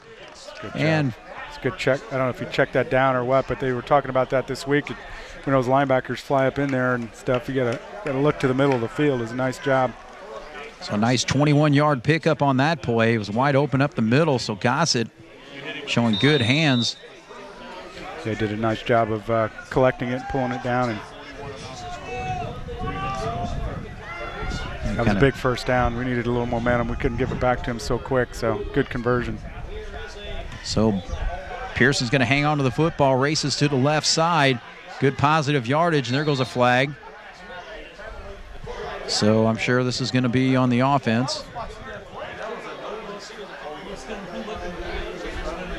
So it was the referee who actually threw it there. He was in the backfield, the Wildcat backfield.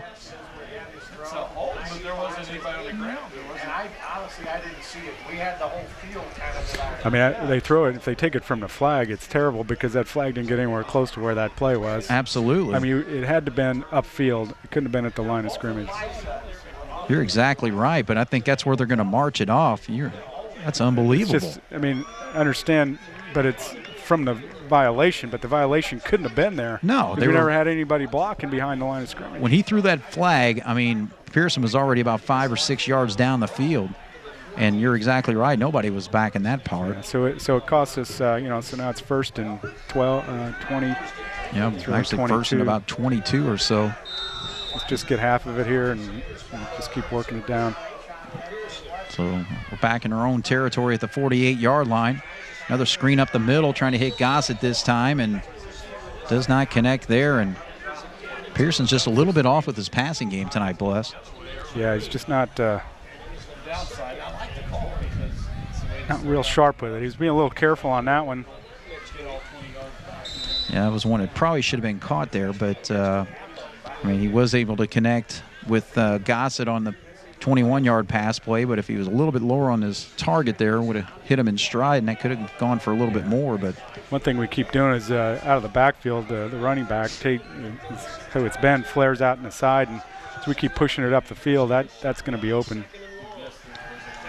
Pearson backs the throw, throws a little bit short there, and there's a battle, and now there's another flag over here. Back there, so we might have offsetting, I think, because we got a flag in the backfield and a flag over in the defensive backfield.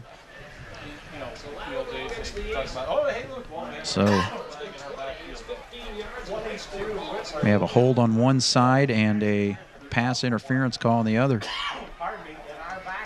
Assuming they call pass interference on them.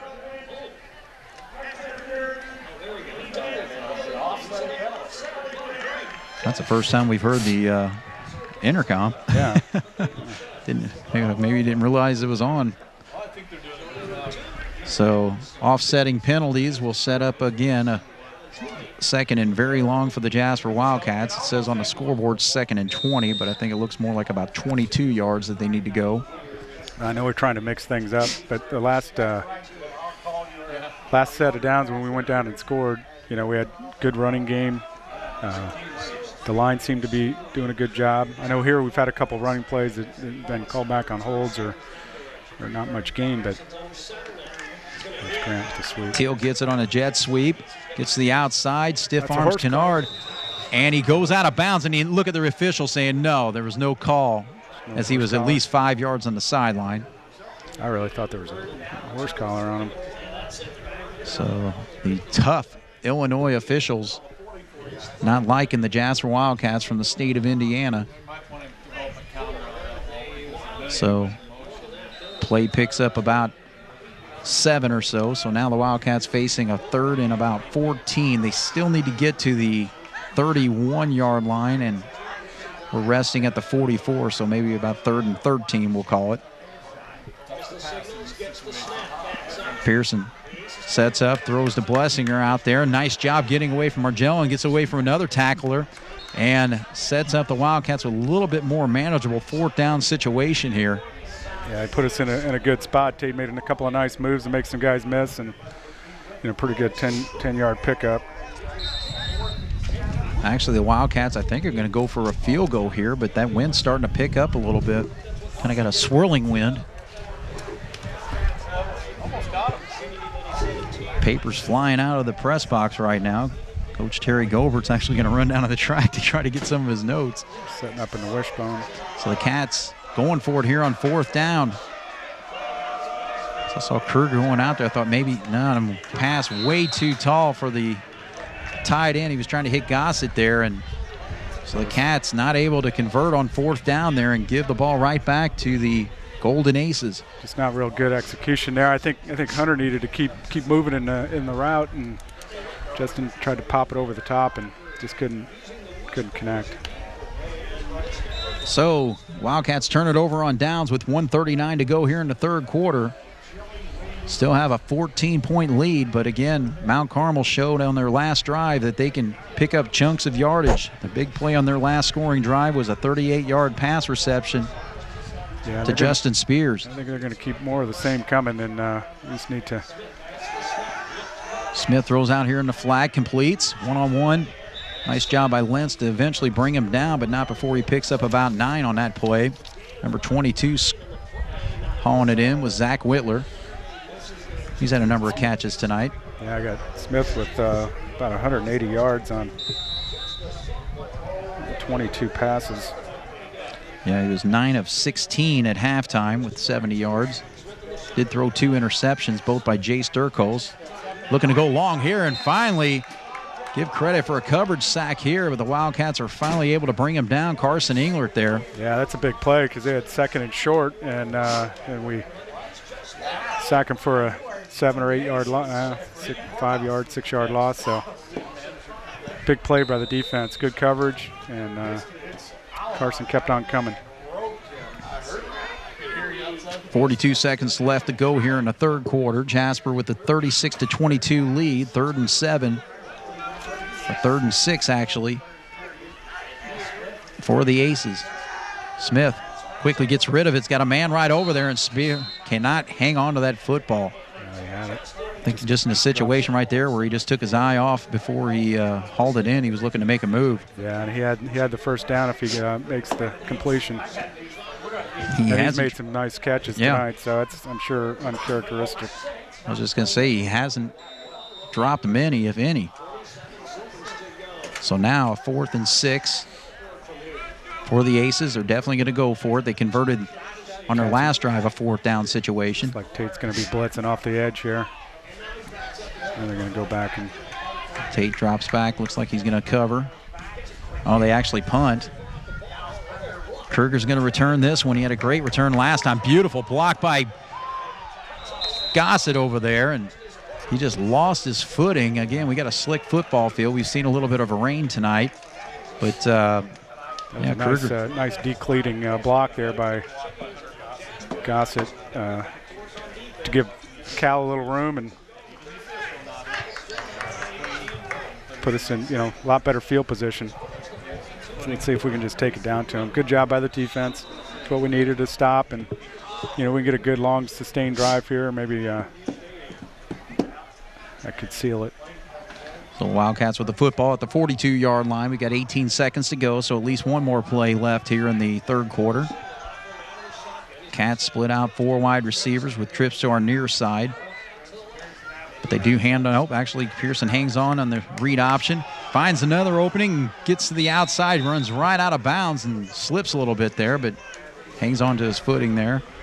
So the Wildcats now 8 yards deep into Mount Carmel territory at the 42-yard line. So a nice pickup there, Bless. Yeah, just a good read option. They really bite on that, because they tend to focus on Wildcat running backs. So good job by Justin to make a good positive carry on that. Double tight end with an eye backfield now. The Wildcats, I think, are going to try to do it again with a little power game, but there goes a flag.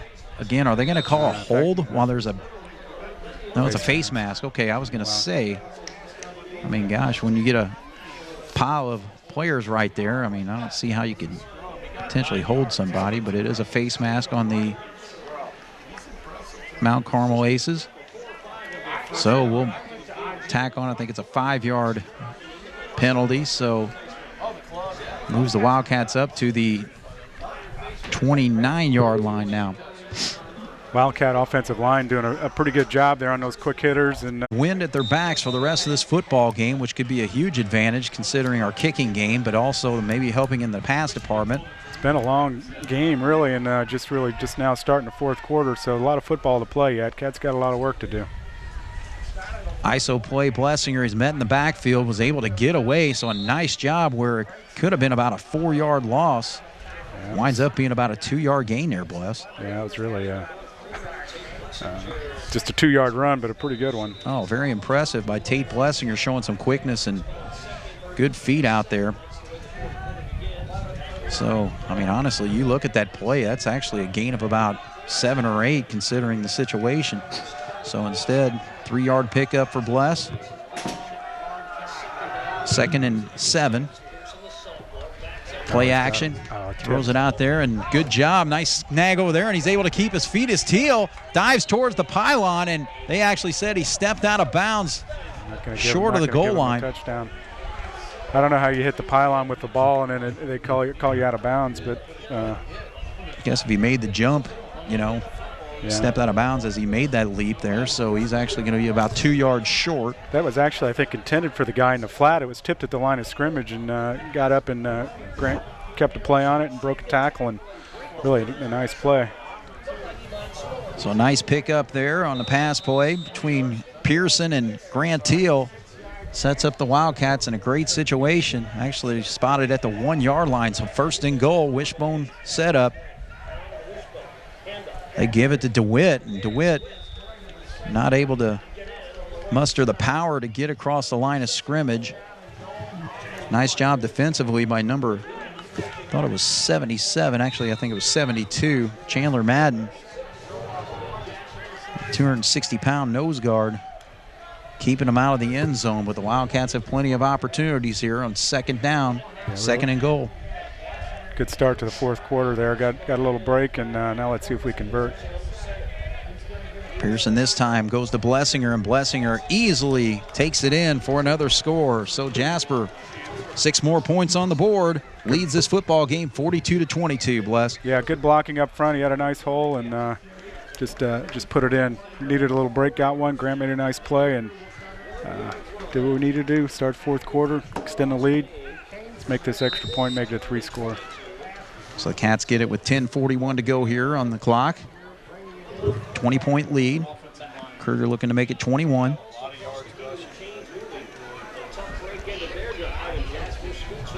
Blessinger with his 3rd touchdown of the night.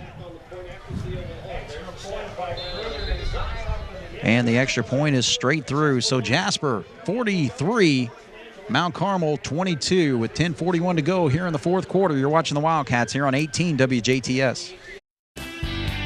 TV 18. Local people watching local people.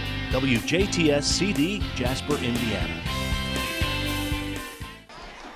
26-yard hookup from Justin Pearson to Grant Teal helps set up Tate Blessinger's 1-yard touchdown run, and Jasper leads this football game 43-22. No return on that one. No field goal either, but he's getting close. So it's a cold night. 10:41 to go here. No change in the clock after the touchdown. So Jasper Wildcats, every time we think they have control of this football game, but Mount Carmel was able to get a quick touchdown on not their last possession, but the possession before, with 3:56 to go in the third quarter. Scored on a 1-yard run by Trevor Kennard. Their offense can be electric, so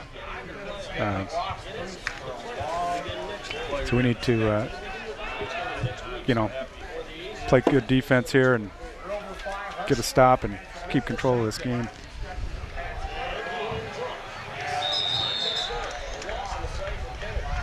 Run right there. I was trying to see, was that Kennard who carried the football? Regardless, the Wildcats were able to stop it. I was actually looking down at some notes there, so good job by the Wildcats for a big loss on that play. It was a big loss, and I missed the tackle. I'm pretty sure it was Kennard, or it was a read option from. So actually a loss of about 6 on the play. Set up a second, well, we'll say 5. 2nd and 15. Ball rests at the 15-yard line. That was a big play. It's like we were talking about, needed some good defense, and Wildcats found it. Actually, Kennard with the football there. It's just finding no running room here in the second half. So in the first half, he broke off for a 41-yard run. Helped set up one of their scores. That was a nice move, but he got nowhere and lost another yard or two. So for the most part, they've done a really good job against Trevor Kennard. You take away that long run and then his 13-yard touchdown run, but yeah, they really have. They've kept him pretty well on the inside. He's not been able to break to the outside much here in the second half. Pass out here in the flat was behind the receiver. He's not able to make the turn there to haul it in. It was intended for Zach Whitler. So now Mount Carmel pretty well in dire straits here, Bless. The 4th and 15, 4th and 16 actually. Yeah, and there's 9 minutes to go, so I don't know if I would think they'd still want to kick it just to give them a chance on field position, but mainly because it's just fourth and so long. I mean, it's just such a long play. Well, that's the thing. I mean, they usually come up to the line of scrimmage and then drop their punter back, and I think that's what they're going to do right here. So they are going to punt the football. Really didn't even give Jasper much of a chance. Kruger's had some nice returns tonight, but that ball goes way out of bounds, and we'll see where they actually mark it. So still haven't made that decision. He's still walking up the sideline, so the Cats are going to have great field position here. Yeah, really. So he stops right there at the 30-yard line. It's like we're going with a all-sophomore backfield. DeWitt and Ewing checks in with Pearson.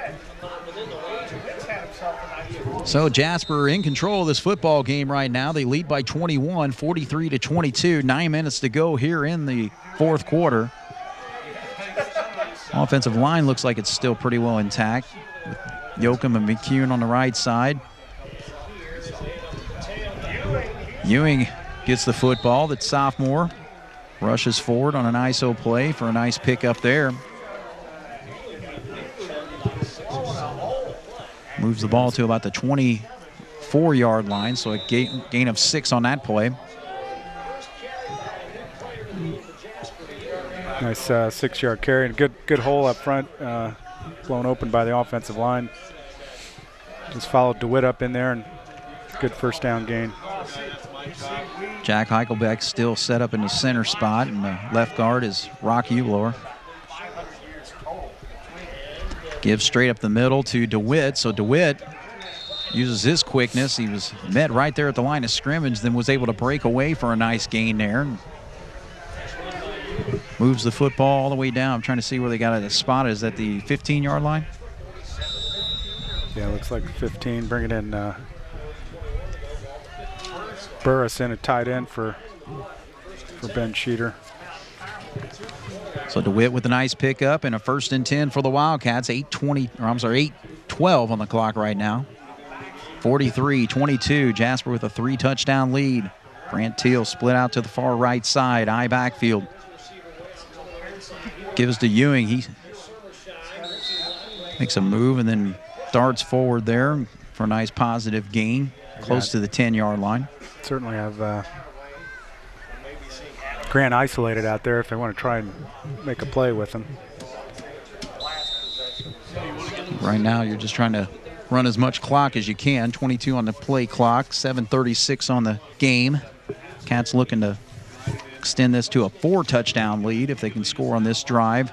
Ball's at the 11-yard line right now. 2nd and 6.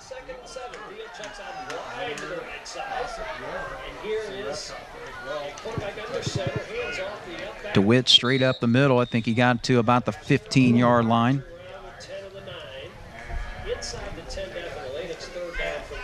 Down to the 10, so third and 5 here.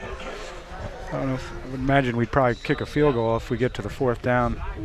That would give us 6. Yeah, that's pretty well. Your 24-point lead. That's 3 touchdowns and 3 2-point conversions. Yeah, so that most importantly is the clock running right now with 6:46 to go. Play clock down to 6. Got to protect the football. Quarterback pitches it out to Ewing. He tries to get to the outside and was met there. Actually brought down by number 26, Jake Hocking, a cornerback. Good penetration and pursuit there. There was nothing getting to the outside on that one. Yeah, so it actually lost a couple yards on that. So now a 4th and 7 from the 12-yard line. And the Wildcats keeping the offense out on the field. Play clock down. Set up the wide side of the field. They could bring Grant to the inside.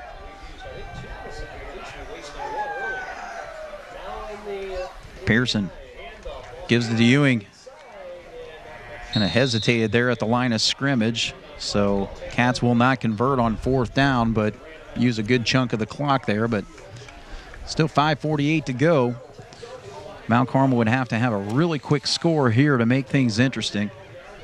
But Wildcats still comfortably ahead. 3-touchdown lead, 43-22. Yeah, it's going to make the bus ride home a little easier. Thought the Cats looked pretty good, especially up front with the offensive line, giving us a little room to run and really controlled the second half. And we gave up a touchdown, but came right back. And defense has to keep playing, though, because they can score in a hurry. Trevor Kennard gets the football, but not able to break anything to the outside. Stays kind of in between the tackles there to the left side and gains 3 on the play. Kind of expected Mount Carmel to get a little aggressive at this point, but yeah, I think they're trying to loosen it up, or thought maybe we'd be loose. And Tate did a nice job of stuffing the hole, and Reese Kleinhalter came up and helped him. So a lot of ones in that pile. So 2nd down and 7. Ball at the 14-yard line.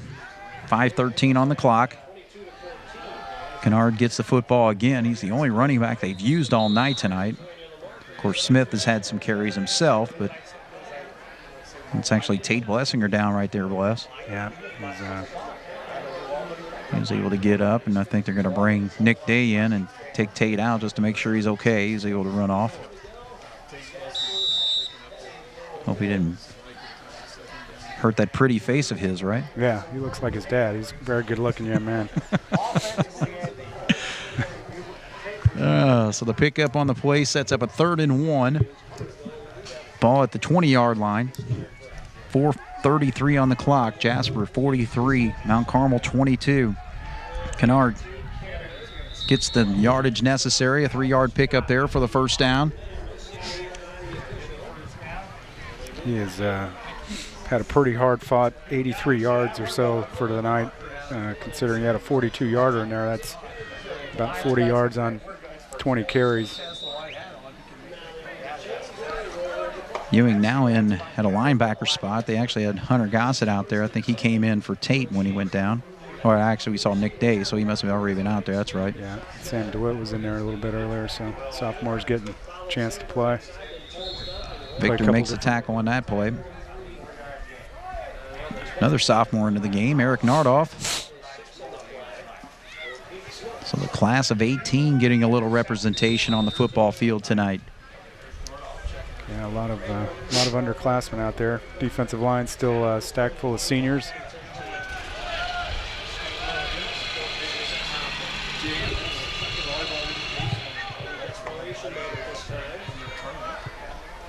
Alex Lawyer now getting on the football field, number 86, another sophomore, set up at a safety spot. So Kennard with the football. He tries to get some running room to the outside.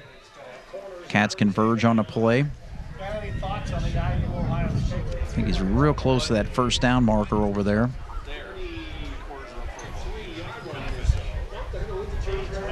It is enough for the first down. Now to move the change with 3:24 to go here in the football game.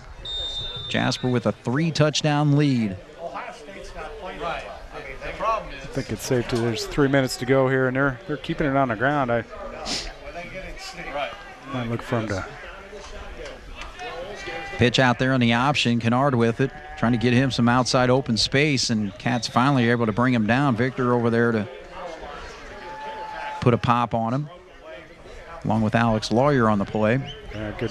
Got to the quarterback real quick. He almost made a bad pitch, but Kennard was able to collect it and ended up really with a pretty good gain there, 5 yards.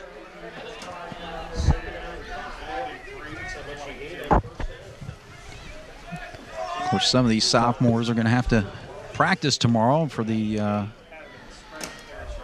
typically have a walkthrough for the JV team prior to their Monday night football game, but they weren't happy with the way they were performing in practice, so they're going to have a full practice, which is going to slow me down for the Ohio State football game, as I got to wait for a couple of them to go up with me tomorrow. So, well, I'm sure it'll be worth the wait for the Buckeye fans. Yeah, it's going to be sellout crowd at Memorial Stadium expected as the Hoosiers take on Ohio State, the #1 ranked team in the country, and the Hoosiers, of course, 4-0 for the first time in 25 years, Bless. So it's a clash of Big Ten unbeatens. Absolutely. So I think it should be the nice spotlight game of the week, but it should be game day. Yeah, ESPN Game Day decided not to come down. Thought Lee Corso could have a homecoming at It'll be in an Bloomington. electric atmosphere, that's for sure. It'll be a fun day. Kennard moves the chains again. More substitutions for the Wildcats. Anthony Klemper, number 33, number 85, Addison Huffman, who's going up to IU with us tomorrow. Or when you watch this today. But, yeah, my only concern is the traffic situation because Bloomington's not used to sellout crowds, bless. I've been to every game but one, and well, and there's a lot of construction around there on I-37. It's going to be a mess. Yeah. These people coming from Columbus are going to be surprised what they run into south of Indianapolis. Right. So that's actually carrying the football there is Samson Margellin. He's going to be close to a first down. More substitutions. Number 83, Brock Bobble coming in. Number 66, Noah Seibert. Brings out Luke Sermersheim and Ben Sheeter get the seniors off the field. These guys did a nice job tonight, defensive line. Ben Sheeter was very active. He's just had really a great year defensively.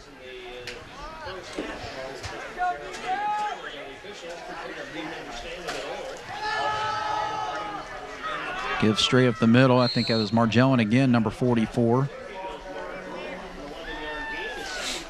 Gets it to the 30-yard line with 54 seconds to go. Mount Carmel, I think, would really like to get another score on the board here, but it's not going to matter as Jasper leads by 21, 43-22. Yeah, I think the game's in hand, but it'd be nice for this young group of guys playing for the Wildcats to make a big stop here. I'm just that old.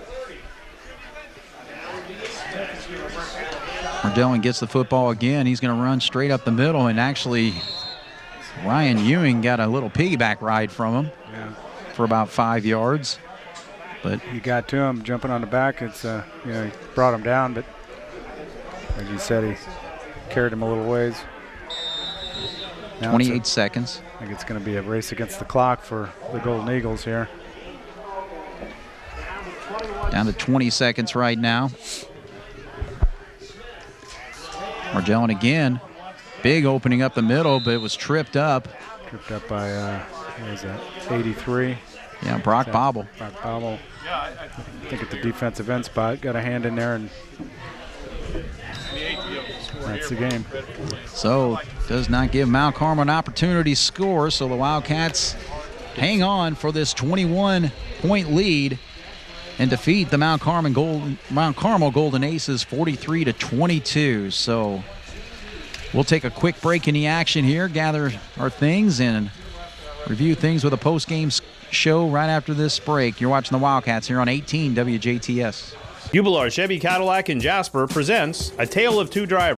The Jasper Wildcats defeat the Mount Carmel Golden Aces 43-22 here in Mount Carmel, Indiana, and so big win for the Jasper Wildcats, bless, as just kind of took control in the second half with 3 touchdown drives, and Tate Blessinger scoring 2 of those touchdowns, and Cal Kruger with the 22-yard run to go along with it.